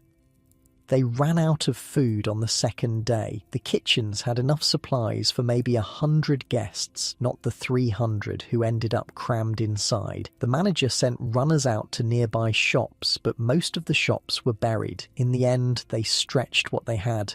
Thin soup, stale bread, coffee that got weaker and weaker as the supply dwindled. Nobody complained. How could you complain? You were alive. You were warm. That was more than a lot of people had. Mark Twain was one of the guests at the Astor that week. The famous writer had come to New York from Hartford for some business meeting or another, and the storm caught him just like it caught everyone else. He spent 3 days trapped in that hotel, sleeping on a cot in the hallway, eating watered-down soup, watching the snow pile higher and higher outside his window. He sent a telegram to his wife back in Connecticut, just one line, because the telegraph was barely working and messages were being rationed. "I am marooned in a desert hotel," he wrote. That was Twain. Even in disaster, he found the joke. Even buried in snow, he was thinking about the story he'd tell later. Years later, he'd write about that week, about the strange democracy of the blizzard, the way it stripped away all the usual pretenses, about the man in the top hat sharing his last cigar with the man in the threadbare coat, about the woman who gave up her private room so a family with children could have somewhere warm to sleep. "I have seen the best of human nature," he wrote, "and I saw it in the worst of weather." That was true for a lot of people that week. The blizzard brought out something in folks. Not always good things. There were looters, sure, people who took advantage of the chaos to break into abandoned shops and help themselves. There were price gougers who charged $5 for a loaf of bread and $10 for a bucket of coal. But mostly, people were decent. Mostly, they helped each other. Mostly, they remembered that we're all in this together, especially when the storm is trying to kill us all equally. The O'Briens went back to their own apartment on the third day. Patrick's frostbite wasn't as bad as Friedrich's. Just some damage to his fingers that would heal with time. They hugged Helena at the door, promised to visit, said things that neighbours say when they've been through something terrible together. "You saved my family," Mrs. O'Brien said. Her voice was thick. "I won't forget that." "You would have done the same," Helena answered. "Maybe, but you did it first." The apartment felt empty after they left, too quiet. The Muller children had gotten used to having playmates around. And now they wandered the stripped rooms looking lost. No chairs to sit on. No table to eat at. Just the mattress on the floor and the iron bed frame in the bedroom, useless without its legs. "We'll rebuild," Friedrich said that night. They were eating soup straight from the pot, passing it back and forth because they'd burned the bowls. "Soon as the street's clear and I can get back to work, we'll buy new furniture. Better furniture." Helena nodded. She didn't say what they were both thinking, that it would take months to save enough, that winter wasn't over yet, that they'd burned 3 years of careful savings in 3 days of survival. But they were alive. The children were alive. In the end, that was all that mattered. Across the city, similar conversations were happening. Families taking stock of what they'd lost, what they'd kept, what they'd have to do to start over. The storm had taken so much: money, property, lives. But it had given something too. A reminder of what was important. A chance to see what people were really made of. The bodies started appearing on the 4th day. As the snow melted and the drifts were cleared, the searchers found them. Men and women who'd been caught in the open, children who'd gotten lost trying to get home, horses frozen where they stood, still harnessed to carriages that had become coffins. In one drift on 3rd Avenue, they found a man in an expensive suit, his hand still reaching toward a door that was only 10 feet away. He'd been so close to safety, but the cold had taken him anyway. His name was George Baremore. He was a merchant from the financial district. He'd tried to walk home when the elevated trains stopped running, just like Friedrich had, but he'd collapsed in a snowbank 4 blocks from his house, and nobody found him until it was too late. There were dozens of stories like that. Hundreds, eventually. People who made the wrong choice, or the right choice at the wrong moment, or no choice at all. The storm didn't discriminate. It took the rich and the poor, the young and the old, the brave and the frightened. 200 people died in New York City alone. 400 across the whole Northeast. The final count would never be exact. Too many bodies in too many places, too much chaos to keep proper records. The funerals started on the 5th day, small services mostly, private, families gathering in churches that were half buried in snow, saying goodbye to the people they'd lost. The priests and rabbis and ministers worked overtime that week, offering comfort where they could, trying to make sense of something that didn't make sense.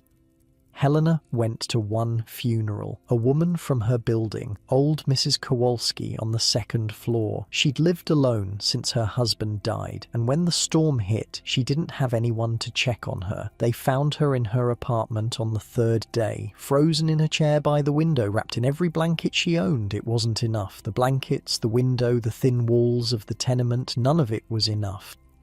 Helena stood in the back of the church and cried. She cried for Mrs. Kowalski, who'd always given the children candy on holidays. She cried for all the people she didn't know, the names in the newspaper that kept getting longer. She cried for herself, for the fear she'd felt during those 3 days, for how close she'd come to being one of those names. Friedrich found her there, put his arm around her, didn't say anything. What was there to say? They walked home together through streets that were finally starting to clear. The snow was turning grey now, mixing with the dirt and garbage that always covered New York. The city was waking up, shops were opening, people were getting back to work, life was going on, because that's what life does. "I want to write to my sister," Helena said suddenly. Friedrich looked at her. "In Bavaria?"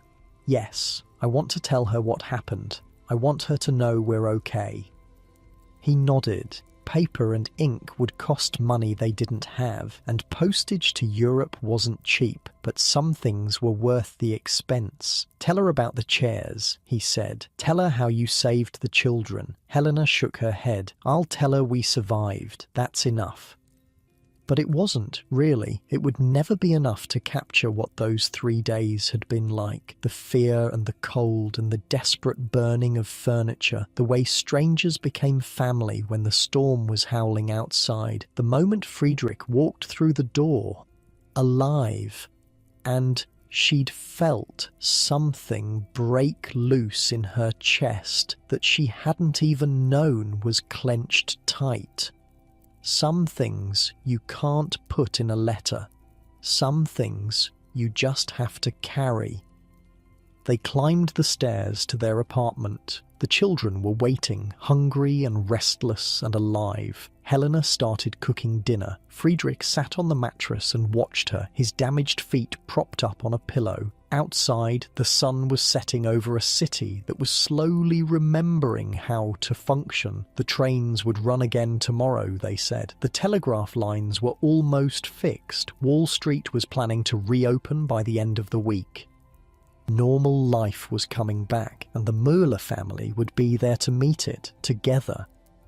The children were already settling into their new routine. No chairs meant sitting on the floor, no table meant eating wherever you could find a flat surface. Wilhelm had turned it into a game, pretending they were pioneers camping in the wilderness. Karl went along with it because he went along with everything Wilhelm did. And Greta, sweet little Greta, had decided that sleeping on the mattress in the kitchen was actually better than the bedroom because she could watch the fire. Kids adapt. That's one of the beautiful things about them. They don't hold on to the way things were the same way adults do. They just accept the way things are and keep moving. Helena watched them eating their soup cross-legged on the floor and felt something warm spread through her chest. Pride, maybe. Or gratitude. Or just love. Simple and overwhelming. They'd made it. Against all odds, against the worst storm anyone had ever seen, they'd made it. The night was quiet. The wind had finally stopped, truly stopped, for the first time in days. Through the window, Helena could see stars, actual stars, bright and cold in the winter sky. She couldn't remember the last time she'd noticed the stars. "Friedrich," she said softly. He looked up from the mattress where he was helping Karl practice his letters with a piece of charcoal and a scrap of newspaper. "Look." He limped to the window, stood beside her, looked up at the sky. "Stars," he said. "Stars." They stood there for a long moment, not talking, just looking. Two immigrants in a stripped apartment in a battered city, watching the same stars that people had watched for thousands of years, the same stars that their parents had watched in Bavaria and their grandparents before them. Some things don't change. The storms come and go. The snow falls and melts. but the stars stay where they are, steady and patient and eternal. "Do you think it's over?" Helena asked. "The storm?" Friedrich considered the question. "This one, yes, but there will be others." "I know.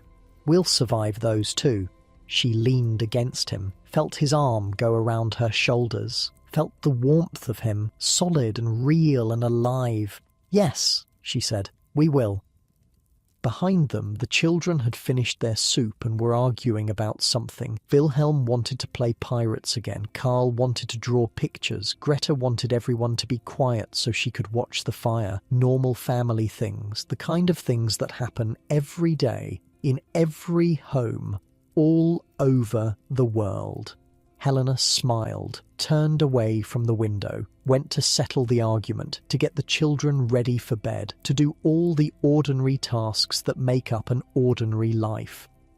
The storm was over. Tomorrow would come, and they would face it together, just like they always had. Your blankets are probably getting heavier now. Your eyes might be starting to close. That's okay. That's good, actually. Let yourself drift a little. Think about Helena standing at that window, looking at the stars. Think about Friedrich beside her, battered but unbroken. Think about those 3 children, safe and warm and completely unaware of how close they'd come to losing everything. Think about how ordinary it all was in the end, how the biggest storms in our lives eventually become stories we tell, how the worst nights eventually become mornings. The Müller family didn't know it yet, but they'd live long lives in that city. Friedrich would work at the garment factory for another 20 years before his damaged feet finally forced him to retire. Helena would see all 3 of her children grow up, get married, have children of their own. She'd hold her grandchildren in the same arms that had held Wilhelm and Karl and Greta during those terrible 3 days. The chairs they burned became a family legend, something the children would tell their own children and their children's children. The night Grandma burned the furniture, the night Papa walked through a blizzard to get home, the night they learned what it really meant to survive. Some stories get bigger as they're passed down, some get smaller. But the best ones stay exactly the same size because they're true, and true stories don't need embellishment. This is one of those stories. Alright, that's section 5. Let me know when you're ready for the next part. Let me tell you about Minnie Freeman. She was 19 years old in January of 1888, a school teacher in Myra Valley, Nebraska. Young for the job, but that was common on the prairie. They needed teachers, and they couldn't be picky about age. If you could read and write and keep a classroom under control, you were qualified.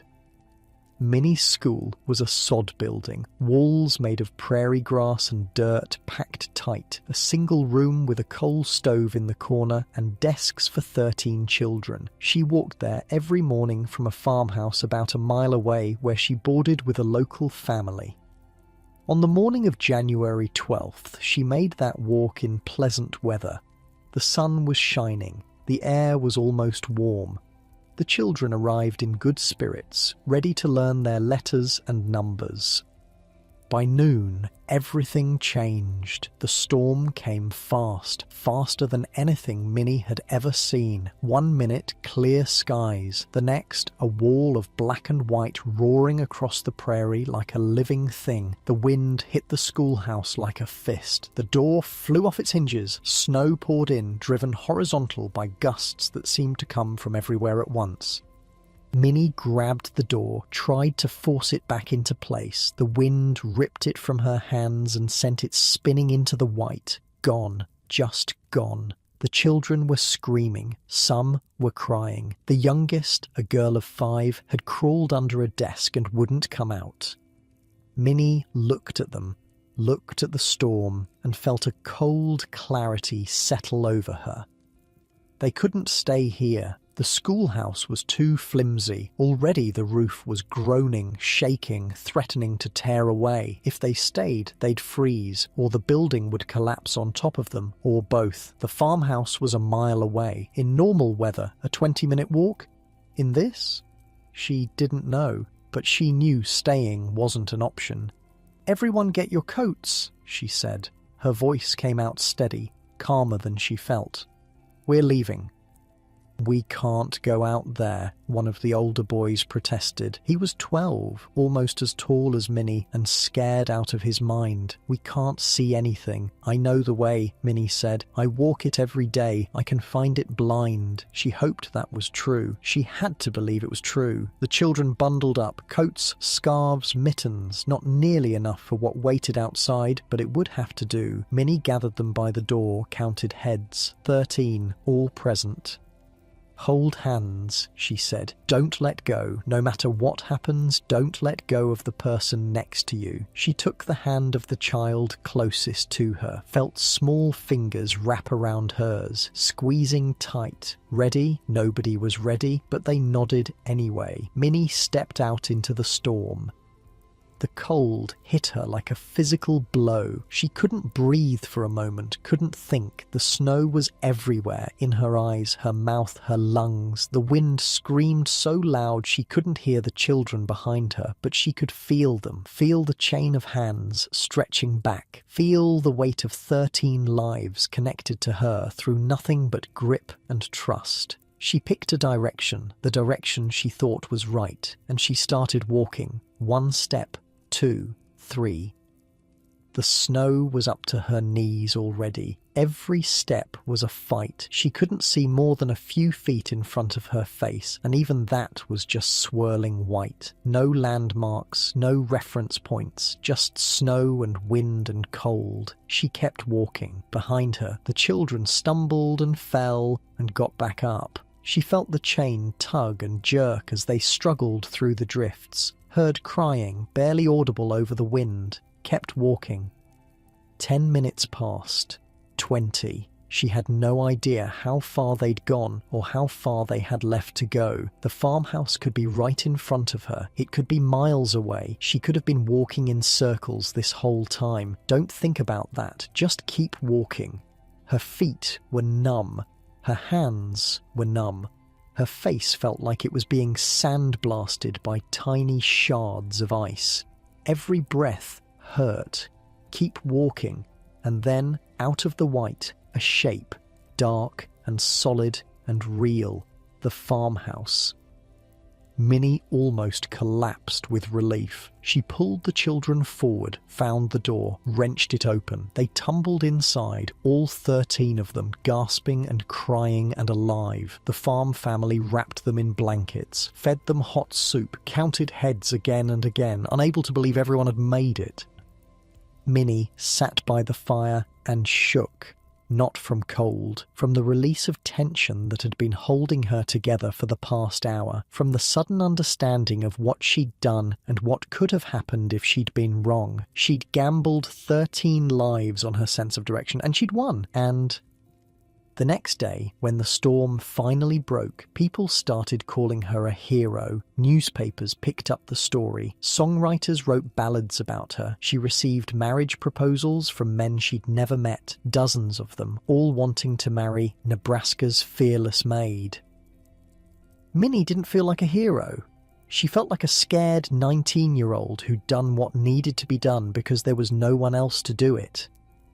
"I just walked," she told the reporters. "I've never felt such a wind. It blew the snow so hard that the flakes stung your face like arrows. All you could see ahead of you was a blinding, blowing sheet of snow." She never sought fame, never wanted the attention. She married a businessman named Edgar Penny, had children of her own, lived a quiet life far from the prairie.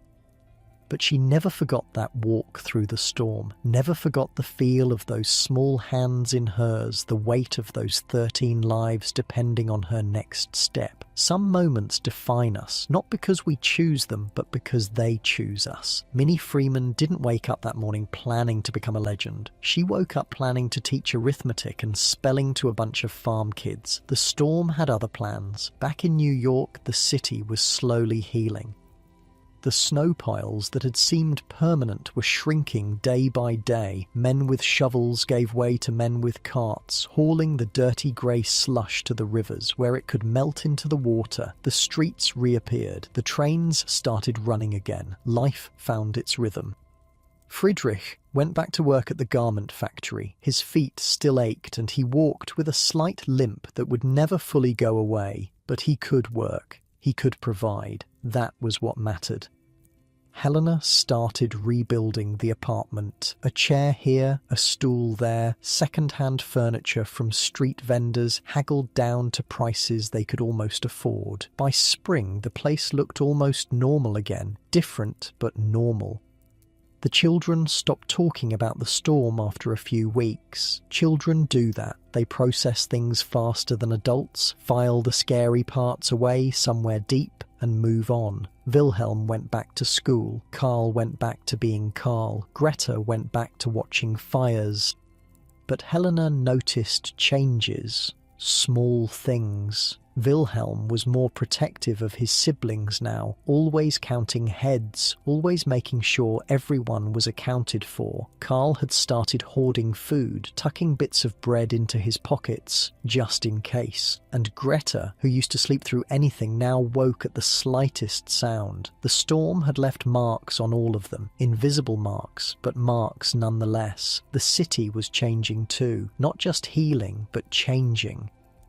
People were angry about the deaths that could have been prevented, angry about the trains that had stranded thousands, angry about the telegraph lines that had snapped, leaving everyone blind and deaf and cut off from the world. Newspapers ran editorials demanding answers. Why hadn't there been warnings? Why were the elevated trains so vulnerable? Why were all the city's vital systems strung up on poles like decorations, exposed to every storm that came through?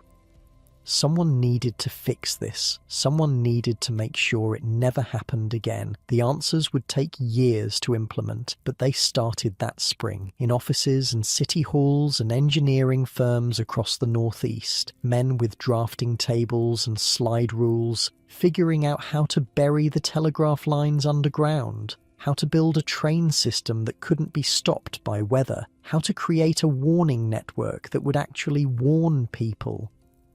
The blizzard of 1888 didn't just kill people and destroy property, it killed complacency. It destroyed the illusion that modern cities were immune to nature's worst, and in its place it planted seeds of infrastructure, seeds of planning, seeds of the modern world we live in now. The subway system that runs under Manhattan today, it exists because of that storm, because people got trapped on elevated trains and said, never again, because someone finally listened.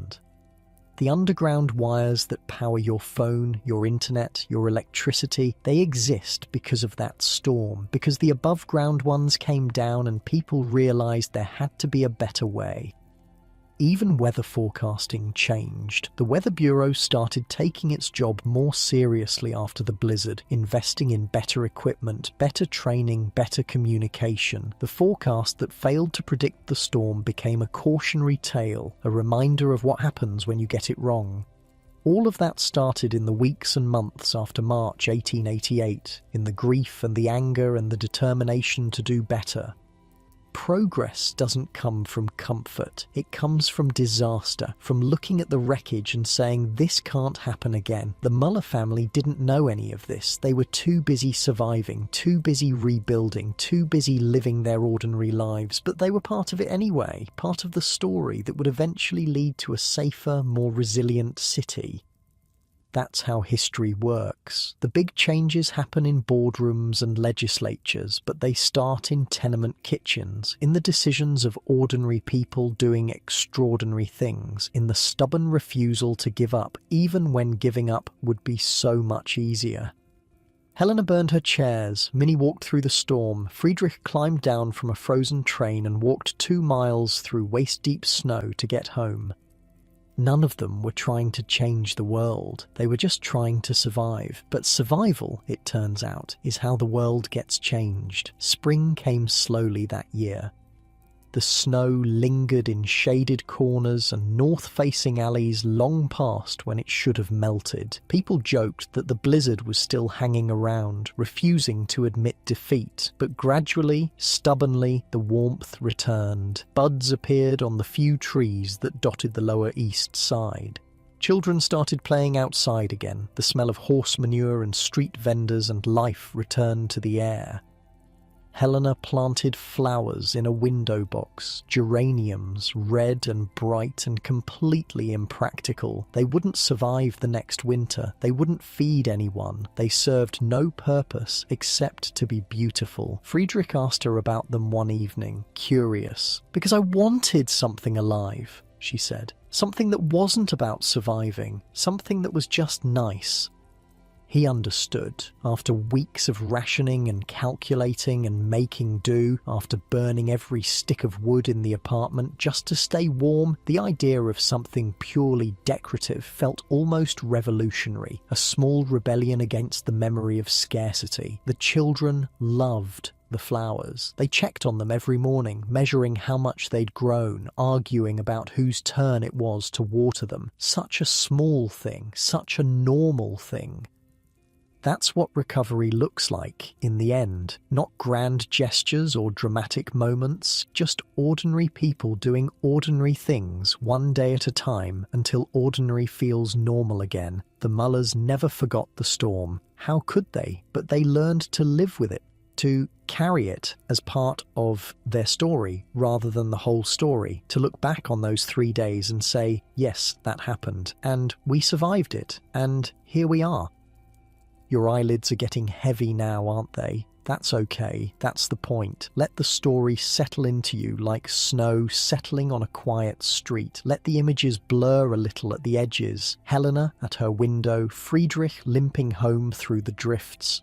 Minnie Freeman walking blind through the blizzard with 13 children holding on to each other for dear life. These are real people, real stories, things that actually happened over 100 years ago to families not so different from yours. They made it through, and when you wake up tomorrow, you'll make it through whatever's waiting for you too. That's what their story teaches us. That the storms pass, that the sun comes up, that ordinary people are capable of extraordinary things when they have to be, and that sometimes the most heroic thing you can do is just keep going. One step at a time, one day at a time, one moment at a time, just like Minnie walking through the snow, just like Friedrich climbing those stairs, just like Helena burning the furniture to keep her children warm. You don't have to be fearless, you just have to be stubborn and human and willing to hold on to the people you love. The rest takes care of itself. The newspapers kept writing about the blizzard for months afterward. Stories of survival, stories of loss, stories of the heroes who emerged from the white and the villains who profited from the chaos. One story that got told again and again was the ice bridge. When the East River froze during the storm, some brave or foolish souls decided to walk across Manhattan to Brooklyn on foot over ice that might hold or might not. For a few hours, it worked. People crossed, laughing and nervous, feeling like they'd beaten the storm at its own game. Then the tide changed. The ice cracked. Nearly 100 people got stranded on floating chunks, drifting in the freezing water, screaming for help. They were rescued, eventually. Boats went out, ropes were thrown. Everyone made it back alive, though some just barely. It became one of those stories people told with a shake of the head. Can you believe they walked on the ice? Can you believe they made it? New York was full of stories like that, stories of luck and timing and the thin line between tragedy and triumph. The man who decided to walk home instead of waiting for a train and froze 4 blocks from his door. The woman who stayed in her office overnight and lived. The child who wandered away from home during the storm and somehow ended up at a police station 3 miles away, too young to explain how she'd gotten there. Everyone had a story. Everyone had been touched somehow by those 3 days, and everyone carried those stories forward into the spring and the summer and the years beyond, telling them at dinner tables and in taverns and at family reunions, passing them down to children who would pass them down to their own children. That's how we remember. That's how we honour the people who lived through things we can barely imagine, by telling their stories, by keeping them alive. All right. That's section 6. Let me know when you're ready for the next part. Summer in New York, 1888. The heat came down on the city like a blanket, thick and heavy and inescapable. People who'd spent March praying for warmth now spent July praying for cold. That's how it goes. You forget one misery the moment the next one arrives, but some things hadn't been forgotten. In an office on Lower Broadway, a group of engineers sat around a table covered in blueprints. The drawings showed tunnels, deep tunnels, running under the streets of Manhattan, wide enough for train cars and ventilation shafts and all the machinery needed to move thousands of people underground. A subway system. The idea wasn't new. London had one already, had for decades, but New York had always resisted. Too expensive, too complicated, too much disruption to the streets above. The elevated trains worked fine most of the time. Why spend millions on something buried in the dirt? March had answered that question. March had answered it 400 times over, once for every person who'd frozen while the elevated trains sat useless in the snow. "We can't be held hostage by the weather," one of the engineers said. He was a young man, barely 30, with ink stains on his fingers and circles under his eyes. He'd been working on these plans for months. The trains have to run, rain or shine, snow or heat. The city depends on them. The others nodded. They'd all been there during the storm. They'd all seen what happened when transportation stopped. The stranded workers, the empty shelves, the bodies in the drifts.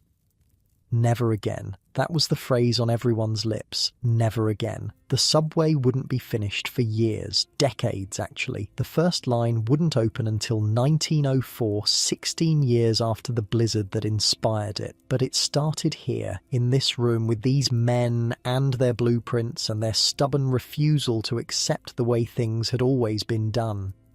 That's how change works. Slow, frustrating, full of arguments and setbacks and moments when it seems like nothing will ever get better. And then one day you look up and there's a subway beneath your feet, a whole network of them, running everywhere, stopping for nothing. And you forget that it used to be different. You forget that people once got stranded on frozen trains just because it snowed. History has a short memory. But that's okay. The important thing isn't remembering who built the tunnels. The important thing is that the tunnels got built. Meanwhile, in Washington, the Weather Bureau was having its own reckoning. The men who ran the weather service had been embarrassed by the blizzard, humiliated, really. They'd predicted rain for March 11th, maybe some light snow by evening, nothing to worry about. They'd been catastrophically wrong. The storm had come out of nowhere, as far as they could tell. Their instruments, their observations, their carefully developed theories had all failed, and people had died because of it. Now they were trying to figure out why. The problem, they discovered, was communication, or rather the lack of it. Weather stations existed across the country, but they couldn't talk to each other fast enough. By the time reports reached Washington from the Atlantic coast, the weather had already changed. The storm was already on top of them. What they needed was speed, real-time information flowing from station to station, coast to coast, faster than the weather itself could move. Telephones helped. Telegraph lines helped more once they got them back up and running. But the real change was in attitude. The Weather Bureau stopped treating forecasting as an art and started treating it as a science. They invested in better instruments, better training, better protocols for getting the word out when something big was coming. It took years. Decades. The perfect forecast remained elusive, probably always would, but inch by inch, prediction by prediction, they got better. The surprise storms became less surprising. The warnings came earlier. The death tolls dropped. Your great-grandparents might have heard about a blizzard the morning it arrived if they were lucky. You hear about it a week in advance, with hourly updates and radar maps and talking heads on television explaining exactly when to stock up on milk and bread. That's progress. Slow, invisible, easy to take for granted. But progress, nonetheless. Helena wouldn't have recognized any of this. She was busy that summer, too busy to think about engineering projects or weather bureaus. The children needed feeding, the apartment needed cleaning. Friedrich's feet still bothered him, and she'd taken on extra mending work to cover the cost of the salve he needed every night. Life, in other words. Ordinary, exhausting, endless life. But sometimes, late at night, after the children were asleep and Friedrich was snoring softly beside her, she'd lie awake and think about those 3 days, about the cold and the fear and the moment when she'd picked up that chair and known she was going to have to destroy it. She'd been so scared, so completely, paralyzingly scared. Not of dying, exactly. More of failing, of making the wrong choice and watching her children pay for it. But she'd made choices anyway, burned the chairs, invited the O'Briens in, kept the fire going through the longest nights of her life, and here she was, still alive, still standing, still holding her family together with nothing but stubbornness and love. Maybe that was enough. Maybe that had always been enough. The summer passed, fall came, then winter again.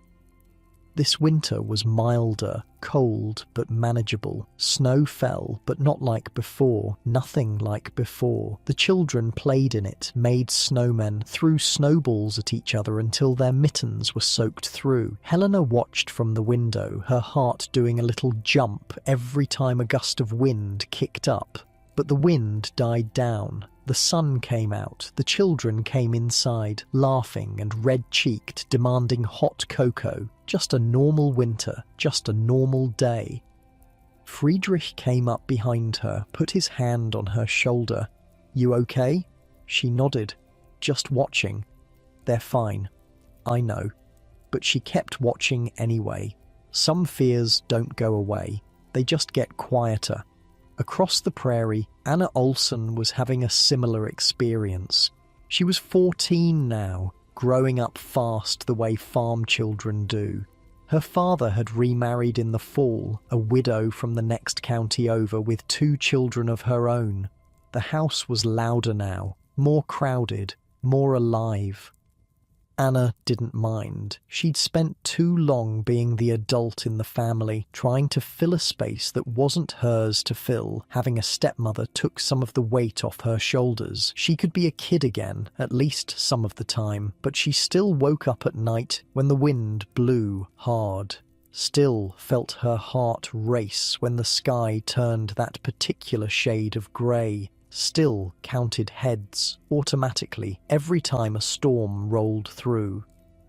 Her younger siblings didn't seem affected. Kids are resilient that way, but Anna remembered everything. The cold in the schoolhouse, the smell of burning books, the sound of Miss Jensen's voice, calm and steady, telling them they were going to be okay. Miss Jensen had moved away after the winter. Got a job at a bigger school in Lincoln, somewhere with brick walls and central heating and students who'd never had to burn their desks to stay warm.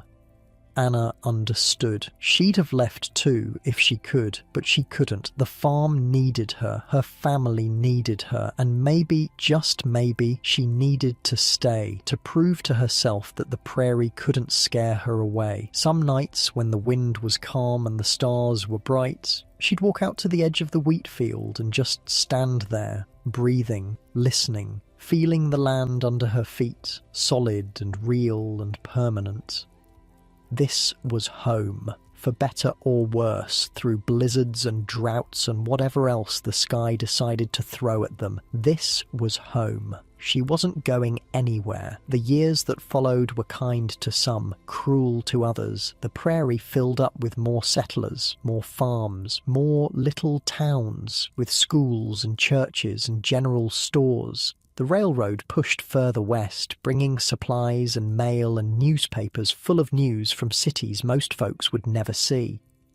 The blizzard of '88 became a measuring stick. People talked about it the way sailors talk about bad storms at sea, a way of establishing credentials, a way of saying, I was there, I survived it, I know what the worst looks like. New storms came and went. Some were bad. None were as bad as that one. The children's blizzard, they called it now, because of all the kids who'd been caught at school when it hit. The name stuck. It's still what they call it today. In New York, the city kept growing. More immigrants arrived every day, pouring off the boats at Ellis Island, looking for work and a better life. They packed into tenements like the one where the Mullers lived, families stacked on top of families, sharing walls and floors and the sounds of each other's lives. Friedrich trained some of the new arrivals at the garment factory, showed them how to work the machines, how to keep their fingers clear of the needles, how to pace themselves so they didn't burn out before the end of their 12-hour shift. He never talked about the blizzard at work, never mentioned the frozen train or the long walk home or the way his feet still ached when the weather turned cold. That was personal. That was family.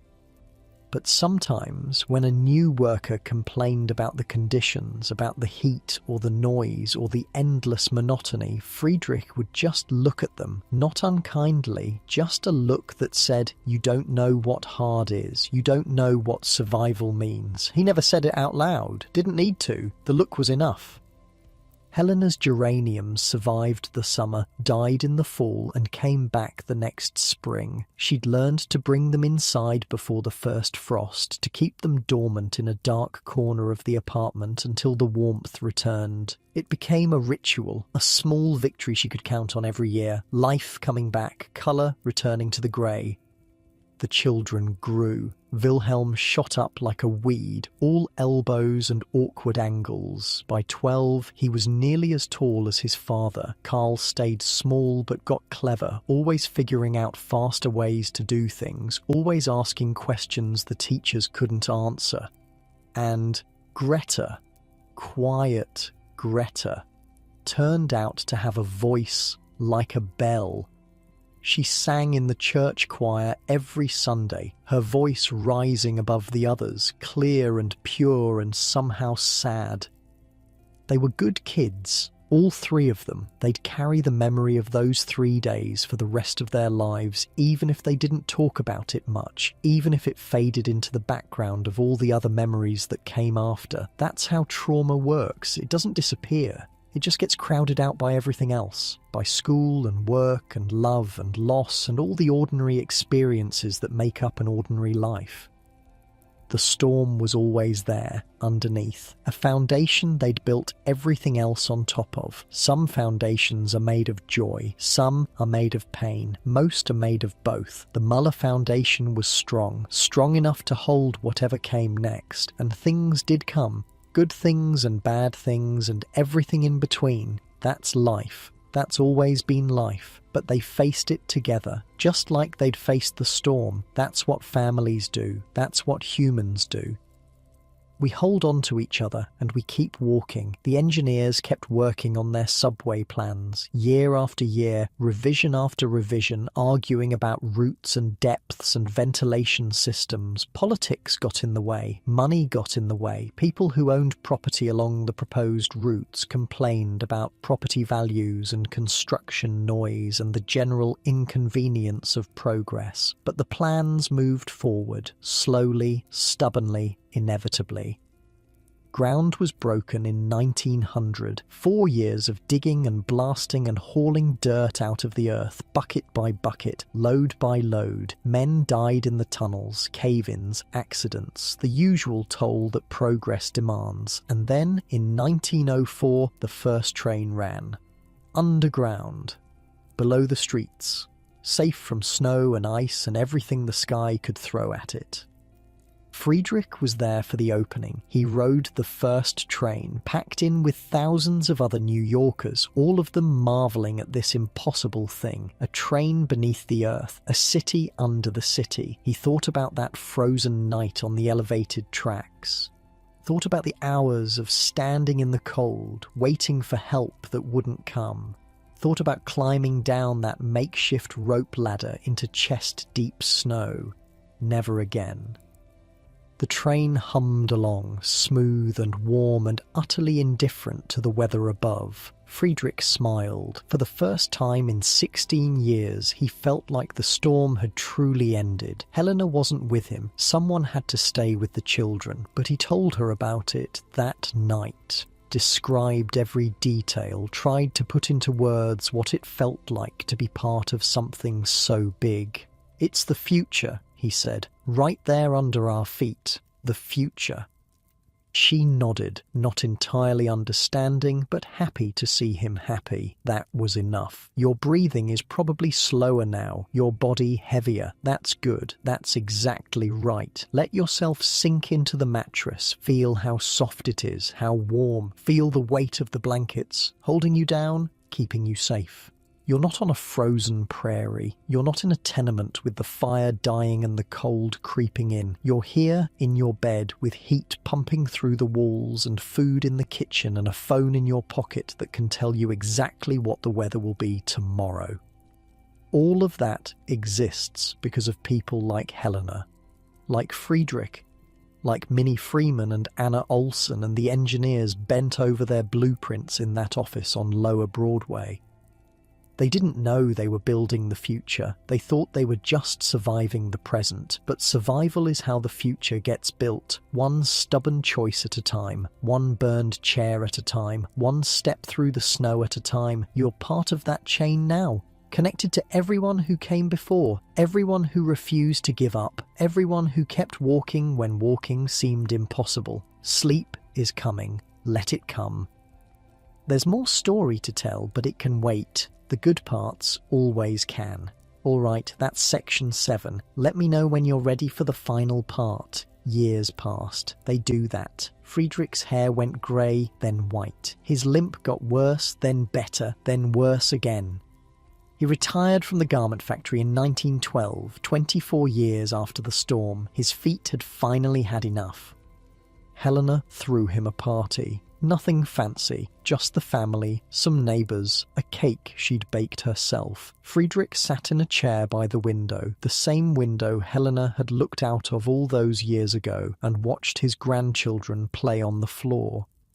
Grandchildren. 3 of them by then, with more on the way. Wilhelm had married a girl from the neighbourhood, a second-generation German like himself. Karl had surprised everyone by falling in love with an Irish girl, daughter of immigrants who'd come over during the famine. Greta was still single, still singing, still watching fires with that quiet intensity she'd had since childhood. "Grandpa," one of the little ones said, climbing into Friedrich's lap, "tell us a story." Friedrich looked at Helena. She smiled, nodded. "Go ahead." "Did I ever tell you about the big snow?" The children shook their heads. They'd heard it before, of course, many times, but they wanted to hear it again. That's how family stories work. The telling matters as much as the tale. "It was March," Friedrich began. 1888. Your grandmother and I were young then. Your father wasn't much older than you are now." He told them about the train, about the cold that seeped into your bones and wouldn't leave, about climbing down that rope into the snow, not knowing if he'd make it home. Helena listened from the kitchen, hands busy with dishes, heart full of something she couldn't quite name. Pride, maybe, or gratitude, or just the strange sweetness of hearing your own story told back to you, shaped by someone else's memory. The children listened with wide eyes. They'd never known cold like that, never known fear like that. They lived in a world with subways and telephones and weather reports on the radio. The idea of being trapped, truly trapped, with no way to know what was coming next, was as foreign to them as fairy tales. Good. That was good. That was the whole point. Friedrich finished the story the way he always did, with the walk through the snow, with climbing the stairs to find his family alive, with Helena's face when she opened the door. "And then what happened?" the youngest one asked. "Then we lived," Friedrich said simply. "We just kept living." Helena dried her hands and came to stand beside him, put her hand on his shoulder, felt the bones beneath the skin, sharper now than they used to be. They were both getting old. It happened so gradually you almost didn't notice, and then one day you looked in the mirror and wondered where the time had gone. "Time for bed," she told the grandchildren. "Say goodnight to Grandpa." They protested the way children do, but eventually they went. Kisses and hugs and promises to tell more stories tomorrow. The apartment grew quiet. Just Friedrich and Helena, alone with the evening and each other. "Do you think about it much?" she asked. "The storm?" Friedrich considered the question. He'd been considering it for 24 years. "Or sometimes," he said. "Not as much as I used to. It's strange. Something that big, that terrible. You'd think it would stay sharp forever, but it fades. The edges get soft. I still dream about it sometimes. Me too." They sat in comfortable silence. Outside, the city hummed with its usual evening sounds, horses and automobiles and people heading home from work. So different from 1888, and yet somehow the same. People had always needed to get home. People would always need to get home. "I'm glad you made it," Helena said quietly. "That night, I'm glad you came back. I couldn't not come back. You were here. The children were here. Everything that mattered was here."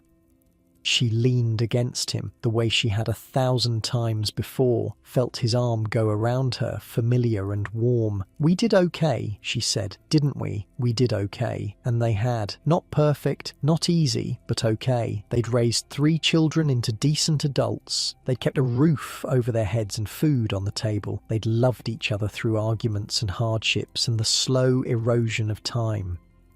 That's all anyone can ask for, really. A life that adds up to something. A story worth telling. The Mullers had that. They'd earned it one day at a time, starting with those 3 impossible days in March.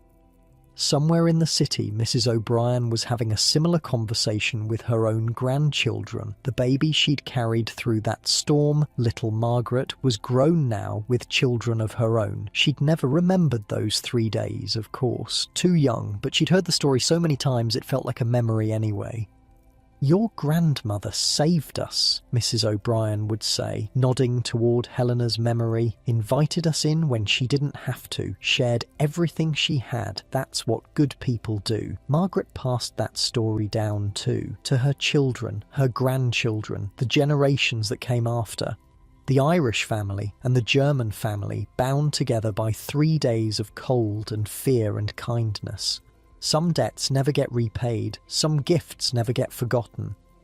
Helena died first in 1922, a stroke, quick and merciful. She went to sleep one night and simply didn't wake up. Friedrich found her in the morning, peaceful, her face relaxed in a way it hadn't been in years.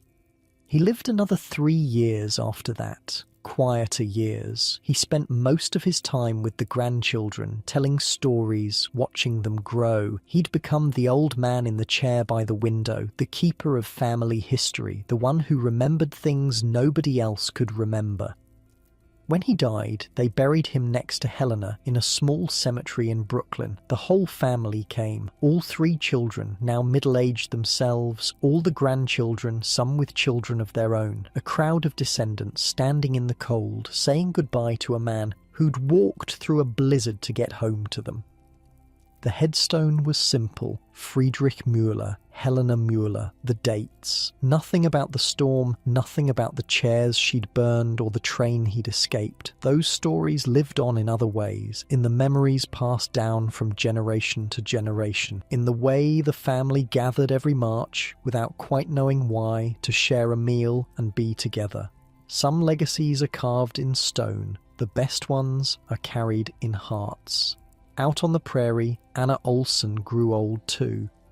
She never left the farm.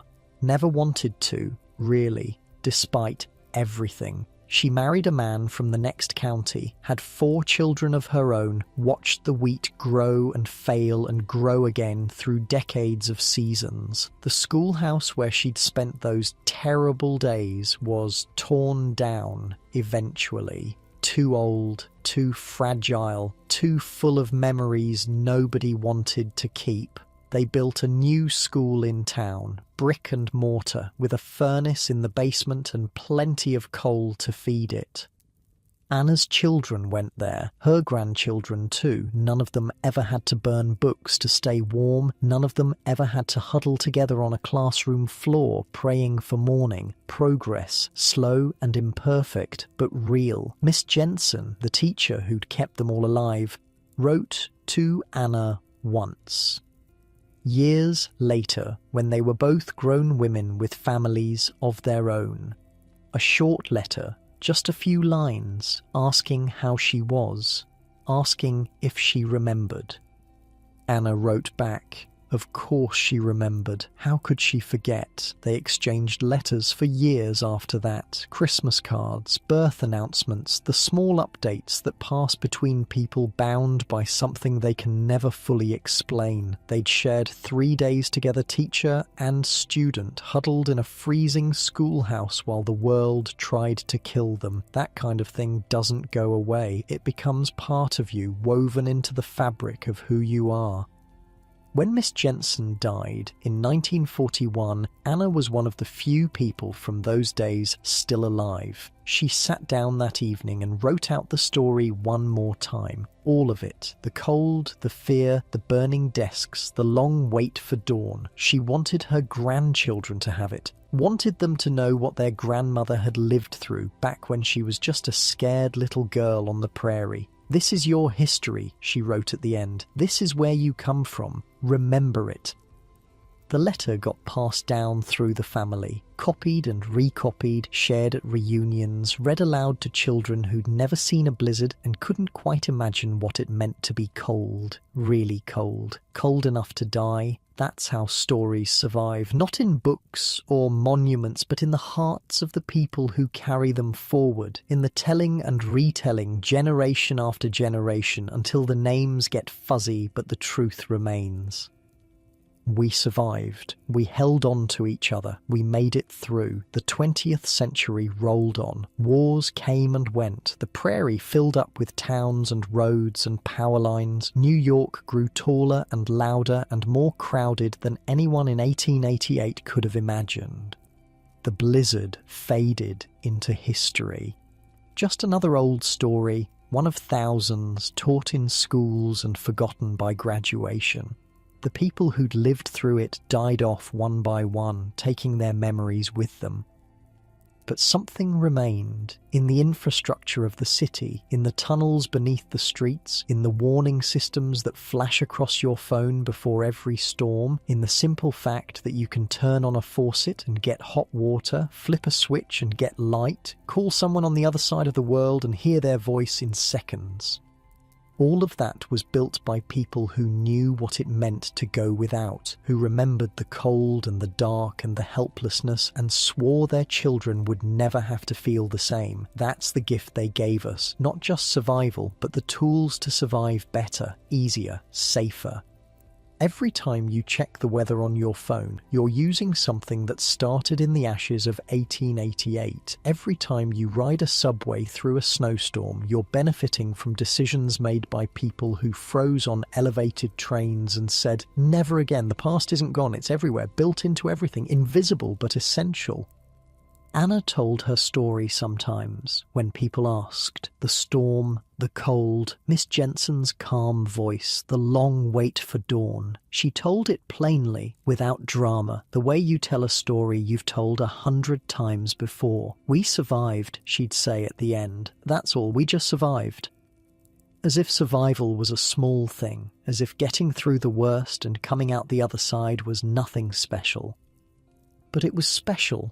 It's always special. Every person who makes it through a hard night, every family that holds together when everything is falling apart, every ordinary human being who chooses to keep going when giving up would be so much easier. That's the story. That's always been the story. Not heroes with capes and superpowers, just people. Scared, cold, uncertain people doing the best they can with what they have. And somehow, most of the time, that's enough.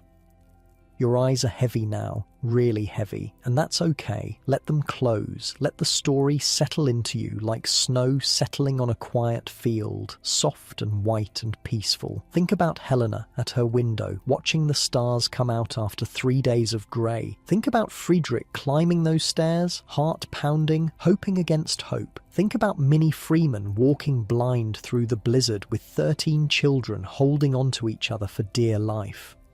Think about Anna, older now, standing at the edge of her wheat field as the sun goes down. The same land that tried to kill her all those years ago. The same sky that turned black and white and murderous. She's still here, still standing, still breathing. The storms pass. They always pass. And what's left behind is just life. Ordinary, precious, improbable life. You're part of that now, part of the long chain of people who survived